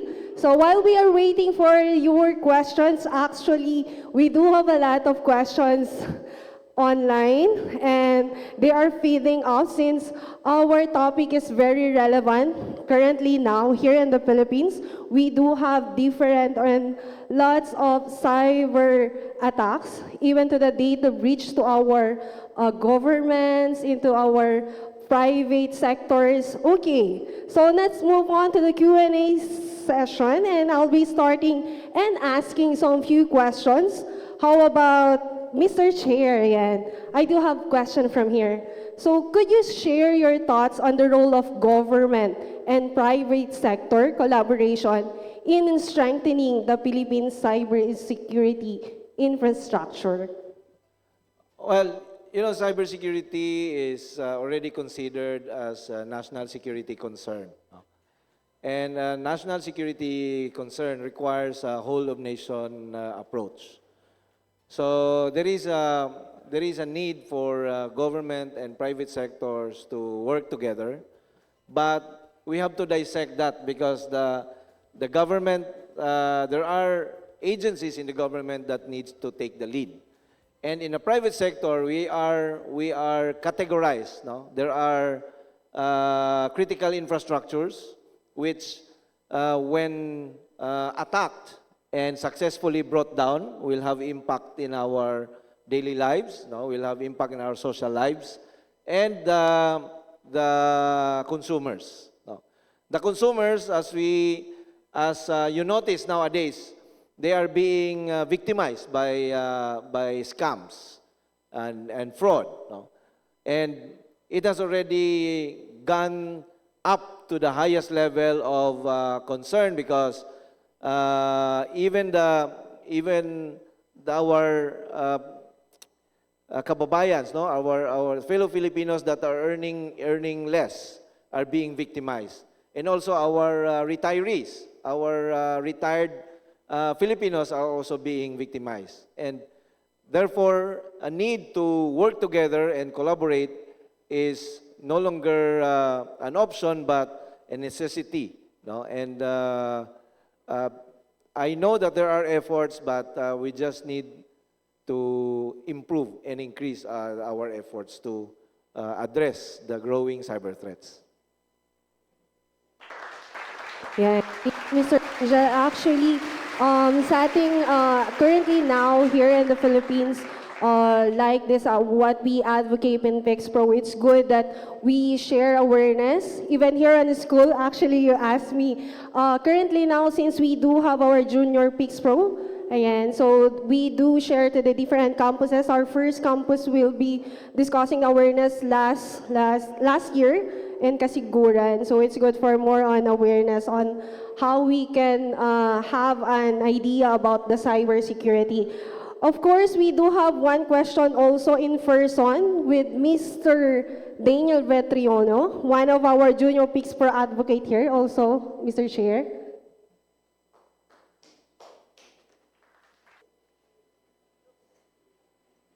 So, question po is, for individuals who are just starting to learn about cybersecurity, what advice would you give them to protect their personal data and online presence po? Again. Repeat ko po. For individuals who are just starting to learn about cybersecurity, what advice would you give them to protect their personal data and online presence? Okay, number one, stop using Facebook. Number two, stop using TikTok. Number three, stop using... Of course, no one will do that, right? No one will do that. So, the realistic advice is, if you must share your personal information, do not share everything. Share the most minimum information. If you share your name and you share your birthday, you shared your favorite food, no? Because eating my favorite food, in a restaurant where we first met, the threat actors collect all this information, and using AI, they can actually create a profile of you. Imagine, have you tried receiving a message from a Facebook account of your friend that has been hacked? Because I have received these messages, and they speak and they message like the one who owned the account. You know, bye, Angel. Bye. So they study. When they hack the account, they just don't hack the account. They study. They make effort in profiling. So that is because we share a lot. We share everything. If you ask, okay, you tell me where we were this summer. Pictures are all over the place. No? It's posted all over the place. It's very difficult. That's why you have to be paranoid. Share only those that you can share that will not impact your life and your family's lives.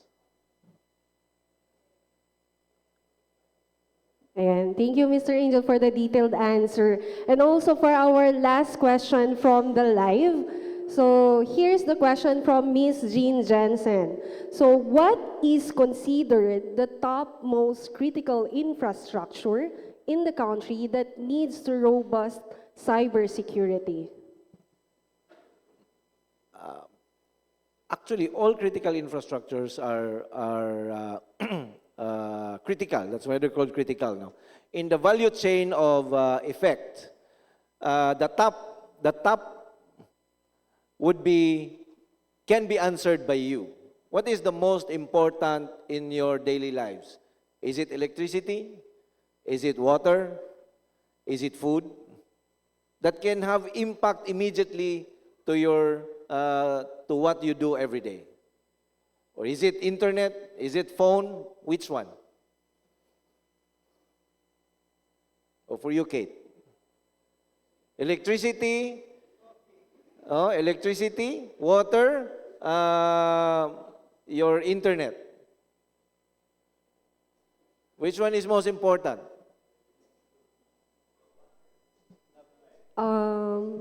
Water? Joke, internet? Now? Because if you're going to assess, if water is down and you still have electricity, you can actually buy water. If your internet is down, you can go somewhere else, you can get internet. But if electricity is down in your area, like what we discussed earlier, if it's brown out in the whole of Aurora province, like what transpired previously, you cannot do your internet, water pumps will not work, you will run out of water. Technology like telco, when they're down, fine, you don't have technology, but your basic needs will still be satisfied. No? You still have electricity and other stuff. So the most critical would be that critical infrastructure that will have impact in our daily lives almost immediately. Like now, if aircon is down or the lights are out, we will be having problems. But we still have our internet, right? So that will be the most critical for me. Opo pala. Electricity po pala sagot ko. Diba? Okay, so thank you, Mr. Angel Adobe, for sharing your expertise and insight with us today. So to our audience, of course, thank you for joining us for your active participation, even to the live chat. So let also and always remember that cybersecurity is not just technical responsibility, but then it is shared responsibility. Each of one has a role to play in creating a safer digital role. Okay, back to you, Ms. Dan.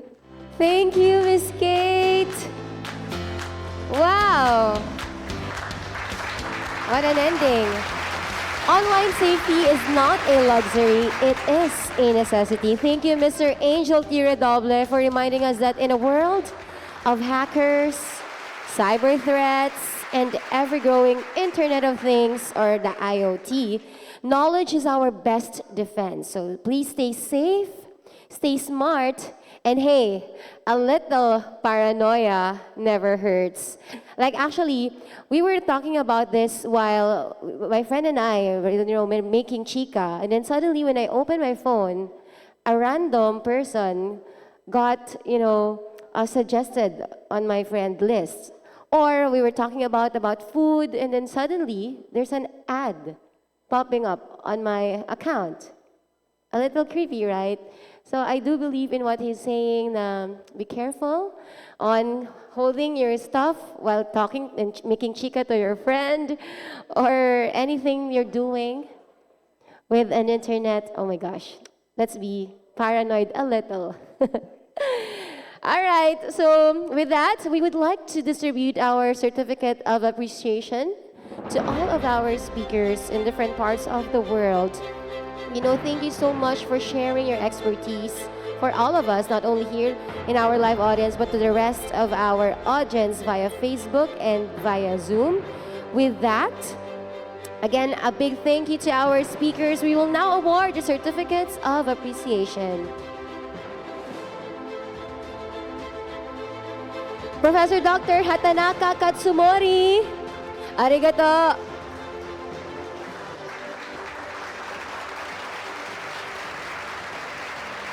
Also, thank you so much to Dr. Prince Edike, Dr. Alan Paul L. Esteban, Mr. Gerard Albert S. Francia, and please join us here on stage, Mr. Angel T. Redoble. We would like to have a group photo with you. And also, I would like to request everyone who's joining us today to please turn on your cameras for a group photo.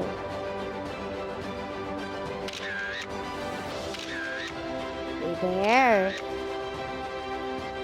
So the camera will be switched here for our school dean, Ma'am Mayreen Amazona, and the rest of the faculty staff, and of course, our college president, Dr. Renato G. Reyes.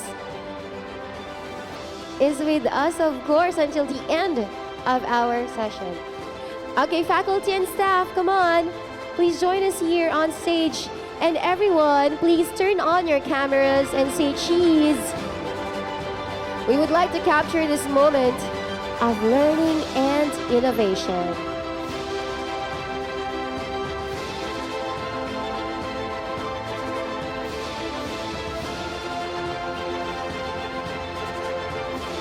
For our students, would you like to join us too? Please do.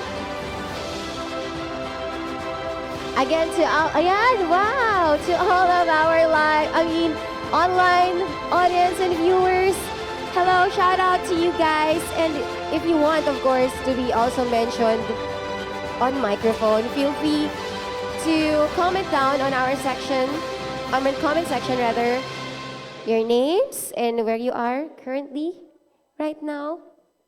I see a lot of familiar faces. Hi, say cheese. Say IT. Love it. IT. There, are we done? Let's do the ASCOT hand gesture. In 3, 2, 1. Hey. All right, everyone. Thank you so much. But we're not yet done. There's still more to go. Okay, let's do a Pix Pro gesture. To our also audience via Zoom, please do this. Can you see me from where I am standing? Okay. Camera on me. Yeah, let's do this. It looks like money, but it is actually a Pix Pro gesture. Quality. All right, up next, a brief info session from the JSPS Bangkok office on their scholarship and fellowship programs. Let us all watch this. Lalo na sa mga students natin dito, gusto niyo ba magkaroon ng scholarship or go abroad? Or be part of a fellowship international? Panoorin natin ito. While we are setting this up, I would like to say happy birthday to Sir Mark Jacob, one of our technical staff over there. Happiest birthday to you. Hindi po siya nag-celebrate ng birthday because he wanted to be part of this webinar. Dahil dyan, magpapakik si President.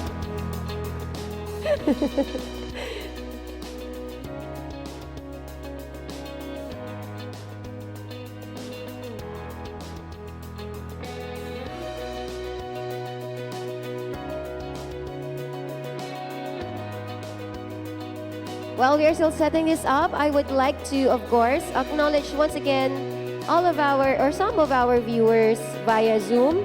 They have been with us since, I think, 12. So to you all,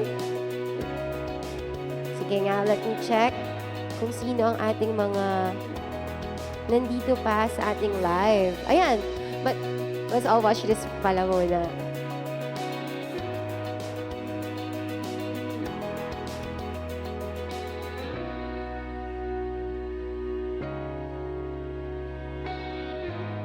Hello, thank you for the opportunity to speak with you today. I would like to introduce JSPS and our international programs. JSPS is one of the funding agencies of Japan, established in 1932. Annual budget is about $2.0 billion. We support curiosity-driven research activities. It means, in principle, we don't decide any specific theme in advance, and we leave it to each individual researcher's curiosity. We call it in other words a bottom-up approach, so we cover all fields of not only the natural sciences but also of the humanities and social sciences. To realize this policy, we invite applications through open calls, and we work hard to ensure fairness in its review process through peer review. This slide shows our international programs. Our international programs focus on mobilizing researchers and building broad and strong international collaborative networks. These programs have 5 pillars, as shown here, and today I will introduce the programs shown in red. These pie charts show the number of researchers exchanged through our international programs. In fiscal year 2019, more than 3,000 foreign researchers were invited to Japan, including 43 from Philippines, and more than 4,600 Japanese researchers were sent abroad, including 69 to Philippines, through our international programs. Unfortunately, due to COVID-19, the numbers were significantly reduced in fiscal year 2020 and 2021. But in fiscal year 2022, it has been recovering to the level approaching as before the pandemic. JSPS has been carrying out bilateral programs in the form of joint research projects and seminars based on MOU for more than 50 years. This slide shows our basic scheme for carrying out bilateral collaboration. Under this scheme, JSPS and its counterpart funding agencies jointly select projects and provide matching funds.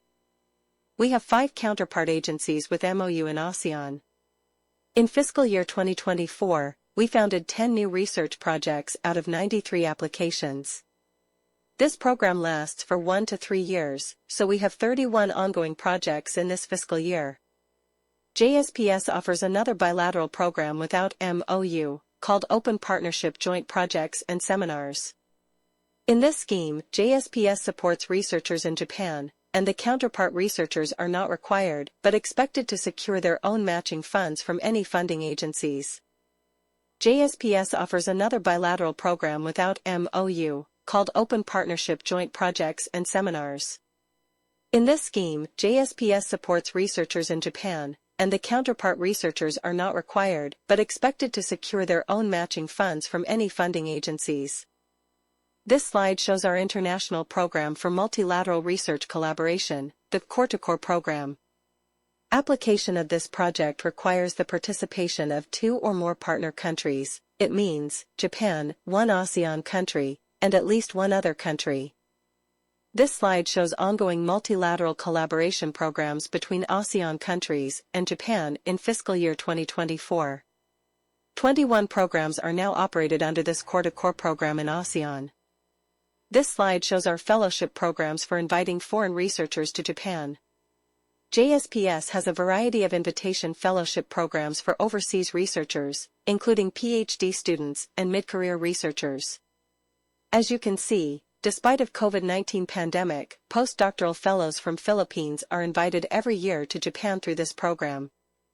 This slide shows our fellowship programs for inviting foreign researchers to Japan. JSPS has a variety of invitation fellowship programs for overseas researchers, including PhD students and mid-career researchers. As you can see, despite of COVID-19 pandemic, postdoctoral fellows from Philippines are invited every year to Japan through this program. This slide shows our fellowship programs for inviting foreign researchers to Japan. JSPS has a variety of invitation fellowship programs for overseas researchers, including PhD students and mid-career researchers. As you can see, despite of COVID-19 pandemic, postdoctoral fellows from Philippines are invited every year to Japan through this program. JSPS supports the activities of alumni associations of former fellows who have participated in JSPS fellowship programs. We offer Bridge Fellowship Program by which overseas researchers who participated in a JSPS fellowship program in Japan and joined an alumni association after returning their home country are provided opportunities to revisit Japan. We now have more than 8,000 members in 20 alumni associations. JSPS supports the activities of alumni associations of former fellows who have participated in JSPS fellowship programs. We offer Bridge Fellowship Program by which overseas researchers who participated in a JSPS fellowship program in Japan and joined an alumni association after returning their home country are provided opportunities to revisit Japan. We now have more than 8,000 members in 20 alumni associations. JSPS supports the activities of alumni associations of former fellows who have participated in JSPS fellowship programs. We offer Bridge Fellowship Program by which overseas researchers who participated in a JSPS fellowship program in Japan and joined an alumni association after returning their home country are provided opportunities to revisit Japan. We now have more than 8,000 members in 20 alumni associations. Wow, a huge shout out to the JSPS program for continuously opening doors of opportunities for learning and collaboration. Your support means the world to us. And now, we're making it official. Aurora State College of Technology is teaming up with the Philippine Institute of Cybersecurity Professionals, or PICS Pro, to open more doors for our students through on-the-job training. With this partnership, our future tech and cybersecurity experts will gain hands-on experience and real-world industry exposure. We would like to call our college president, Dr. Renato G. Reyes, together with the PICSPO president and chairman, Mr. Angel T. Redoble, for the MOA signing between the two institutions. Also joining them, of course, is the PICSPO president of Aurora, Mr. Sherwin T. Glorioso, the dean of the School of Industrial Technology, Ms. Mayrene V. Amazona, and also the college vice president for academic affairs, Dr. Maluz F. Cabatan.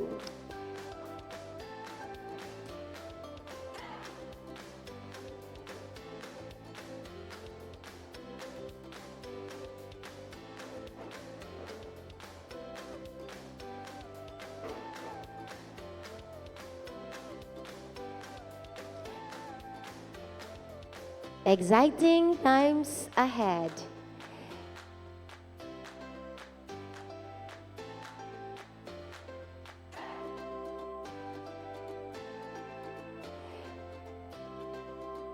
Here's learning, growth, and securing a brighter future. Literally. A big round of applause, ladies and gentlemen, for all the people here in front who's making a huge another impact and milestone for the college and for our future ITs. Para to sa inyo, students.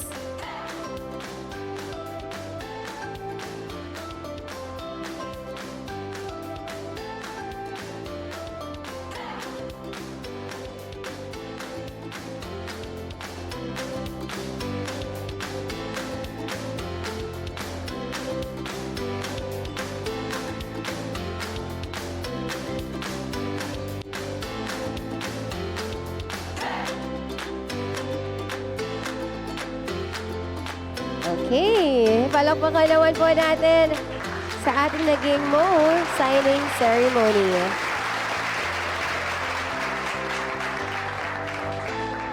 Thank you very much.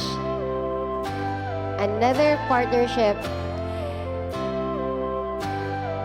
And to officially close, yep, we're done na. Perfect yung time natin, right? To officially close, let's hear from Mr. Joseph T. Gonzalez, our Board Secretary 5, and also the Director for International Alumni and External Affairs. But on behalf of Mr. Joseph, I would like to call Ms. Cristalita Lombres on his behalf. Good afternoon po, ma'am.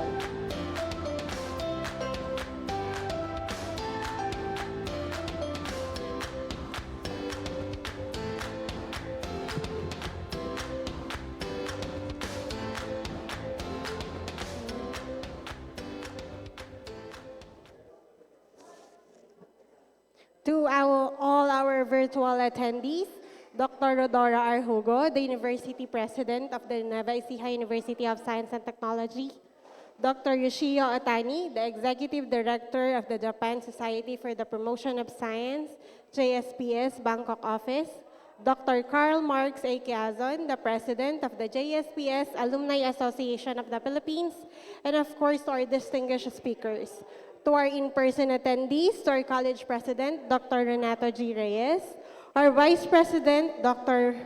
Maluz F. Cabatan, to our ASCOT Alumni Association president, Honorable Casper J. Ortiz, and of course, our dedicated faculty and staff members, students, and our guests, good afternoon. On behalf of Mr. Joseph T. Gonzalez, our esteemed Director of International, External, and Alumni Affairs at ASCOT, it's a privilege to share the closing remarks as we conclude today's international webinar in information technology with the theme, Breaking the Code to Endless Innovations. As we wrap up this remarkable event, we are filled with a deep sense of pride and gratitude. Today's sessions weren't just discussions. They were a powerful celebration of how technology can drive solutions to global challenges and pave the way for a more sustainable and innovative future. First and foremost, we would like to extend our heartfelt gratitude to our esteemed guest speakers who generously shared their insights and expertise. Professor Dr. Hatanaka Katsumori, for showing us how AI can revolutionize agribusiness. To Dr. Prince Bldg for highlighting the role of technology in building a sustainable future. To Dr. Alan Paul Esteban for his perspective on digital transformation for community empowerment. To Mr. Gerard Albert Esperanza for his engaging talk on social engineering. And of course, to Mr. Angel T. Redoble, a leading voice in cybersecurity, for emphasizing the critical importance of cybersecurity in today's world. To our distinguished partners, the Japan Society for the Promotion of Science and its Bangkok office, the JSPS Alumni Association of the Philippines, the Nueva Ecija University of Science and Technology, and the ASCOT Alumni Association, your collaboration has been instrumental in making this event a success. Special thanks to our organizing team led by the School of Information Technology, the Internal, External, and Alumni Affairs Office, the Information Unit, and the Information and Communication Technology Unit, and to the ASCOT Administration, headed by our College President, Dr. Renato G. Reyes, who is the driving force and visionary behind this webinar. His leadership and innovative ideas made this event possible. And to our Vice President for Academic Affairs, Dr. Malus F. Cabatan, and all the faculty and staff who work tirelessly behind the scenes. On behalf of ASCOT, we sincerely thank all the participants, IT researchers, educators, industry professionals, international stakeholders, and students who join us both here in the Bulwagang Senador Edgardo J. Angara and virtually via Zoom. Your active participation and presence have made this event both meaningful and impactful. As we move forward, may we remain steadfast in our commitment to innovation, sustainability, and collaboration. Today's webinar is not merely the end of a program, but the beginning of a strengthened partnerships, innovative ideas, and actionable solutions that will bring us closer to our shared goals, particularly in achieving the Sustainable Development Goals. May the insights and connections we've gained today inspire us all to create meaningful change in our respective fields. Thank you, and we hope to see you in our future endeavors. Thank you, Ma'am Lombres. Now let's also hear it from one of our partners from the JAAP, or JSPS Alumni Association of the Philippines. Let's have Dr. Karl Marx A. Quezon. Hi, good afternoon, sir.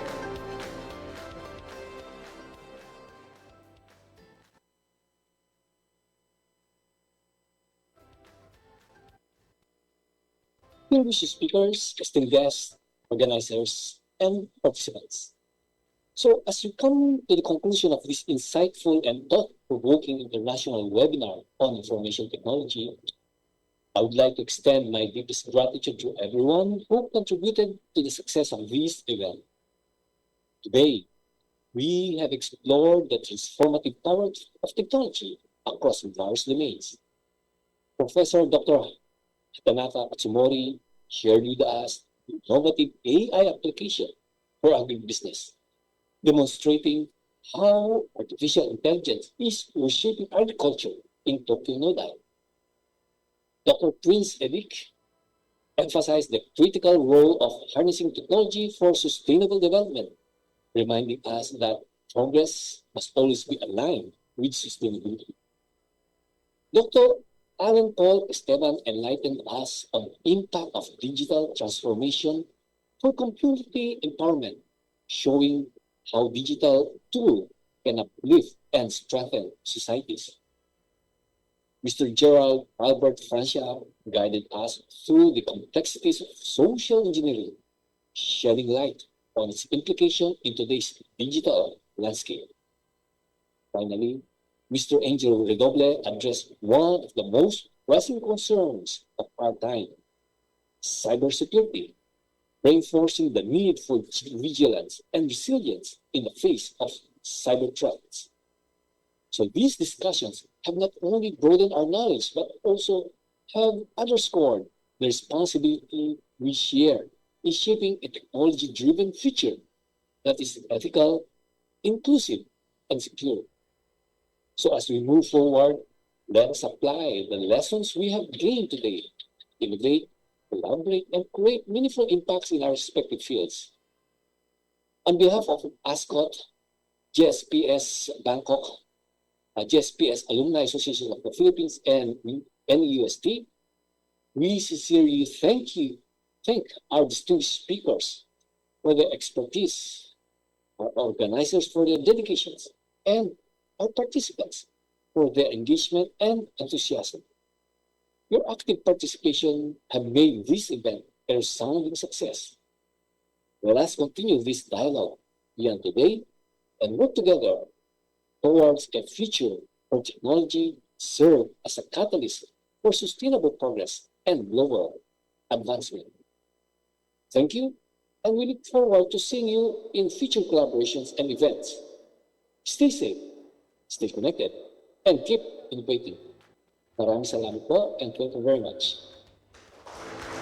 And just like that, we've just break the code to innovations, to endless innovations. Today has been a powerhouse of ideas, insights, and inspirations. All thanks to our incredible speakers. Again, a big round of applause naman po to all of them. And also to our ever-engaged participants. To our partners, again from Aurora State College of Technology, to JSPS, JAAP, ASCOT Alumni Association. Thank you so much, President Casper, also for donating food and snacks this afternoon. We loved it so much. Sa iyo talaga, bida ang saya. And NEUSD. From AI in agribusiness to cybersecurity, from digital transformation to sustainable technology, each session has given us a glimpse of what the future holds. But remember, innovation doesn't stop here. It starts with each of us taking what we've learned today and applying it in ways that makes a difference. A huge thank you to everyone who made this event possible, to our moderators, organizers, and most importantly, to you, our participants, for joining us in this journey of learning and discovery. Until next time, stay curious, stay innovative, and stay connected. This has been Diana de Mesa Amazona signing off. Thank you so much for breaking the code to Endless Innovations International Webinar on Information Technology 2025. See you all next innovation. God bless.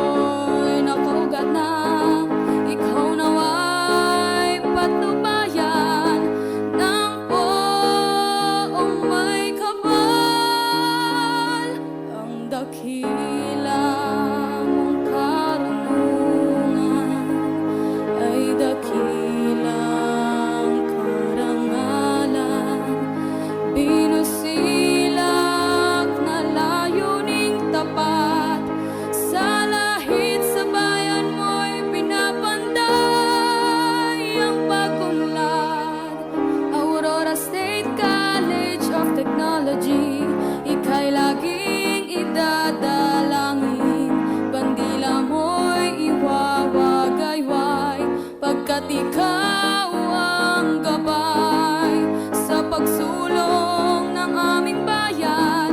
Pangalan mo'y aming dangal.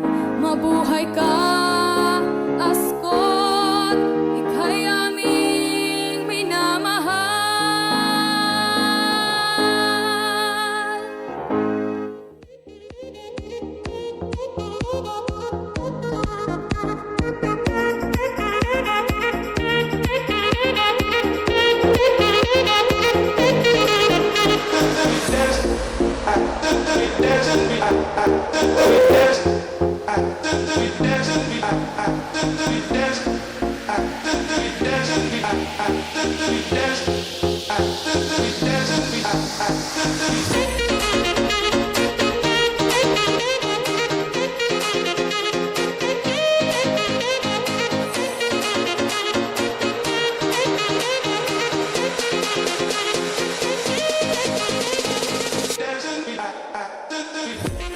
Recording stopped.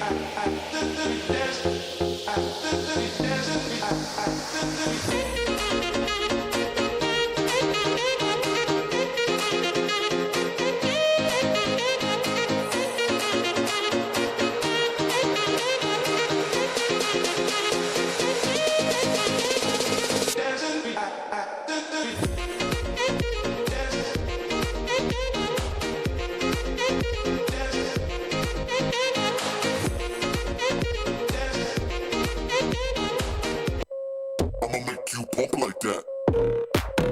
Make you pump that.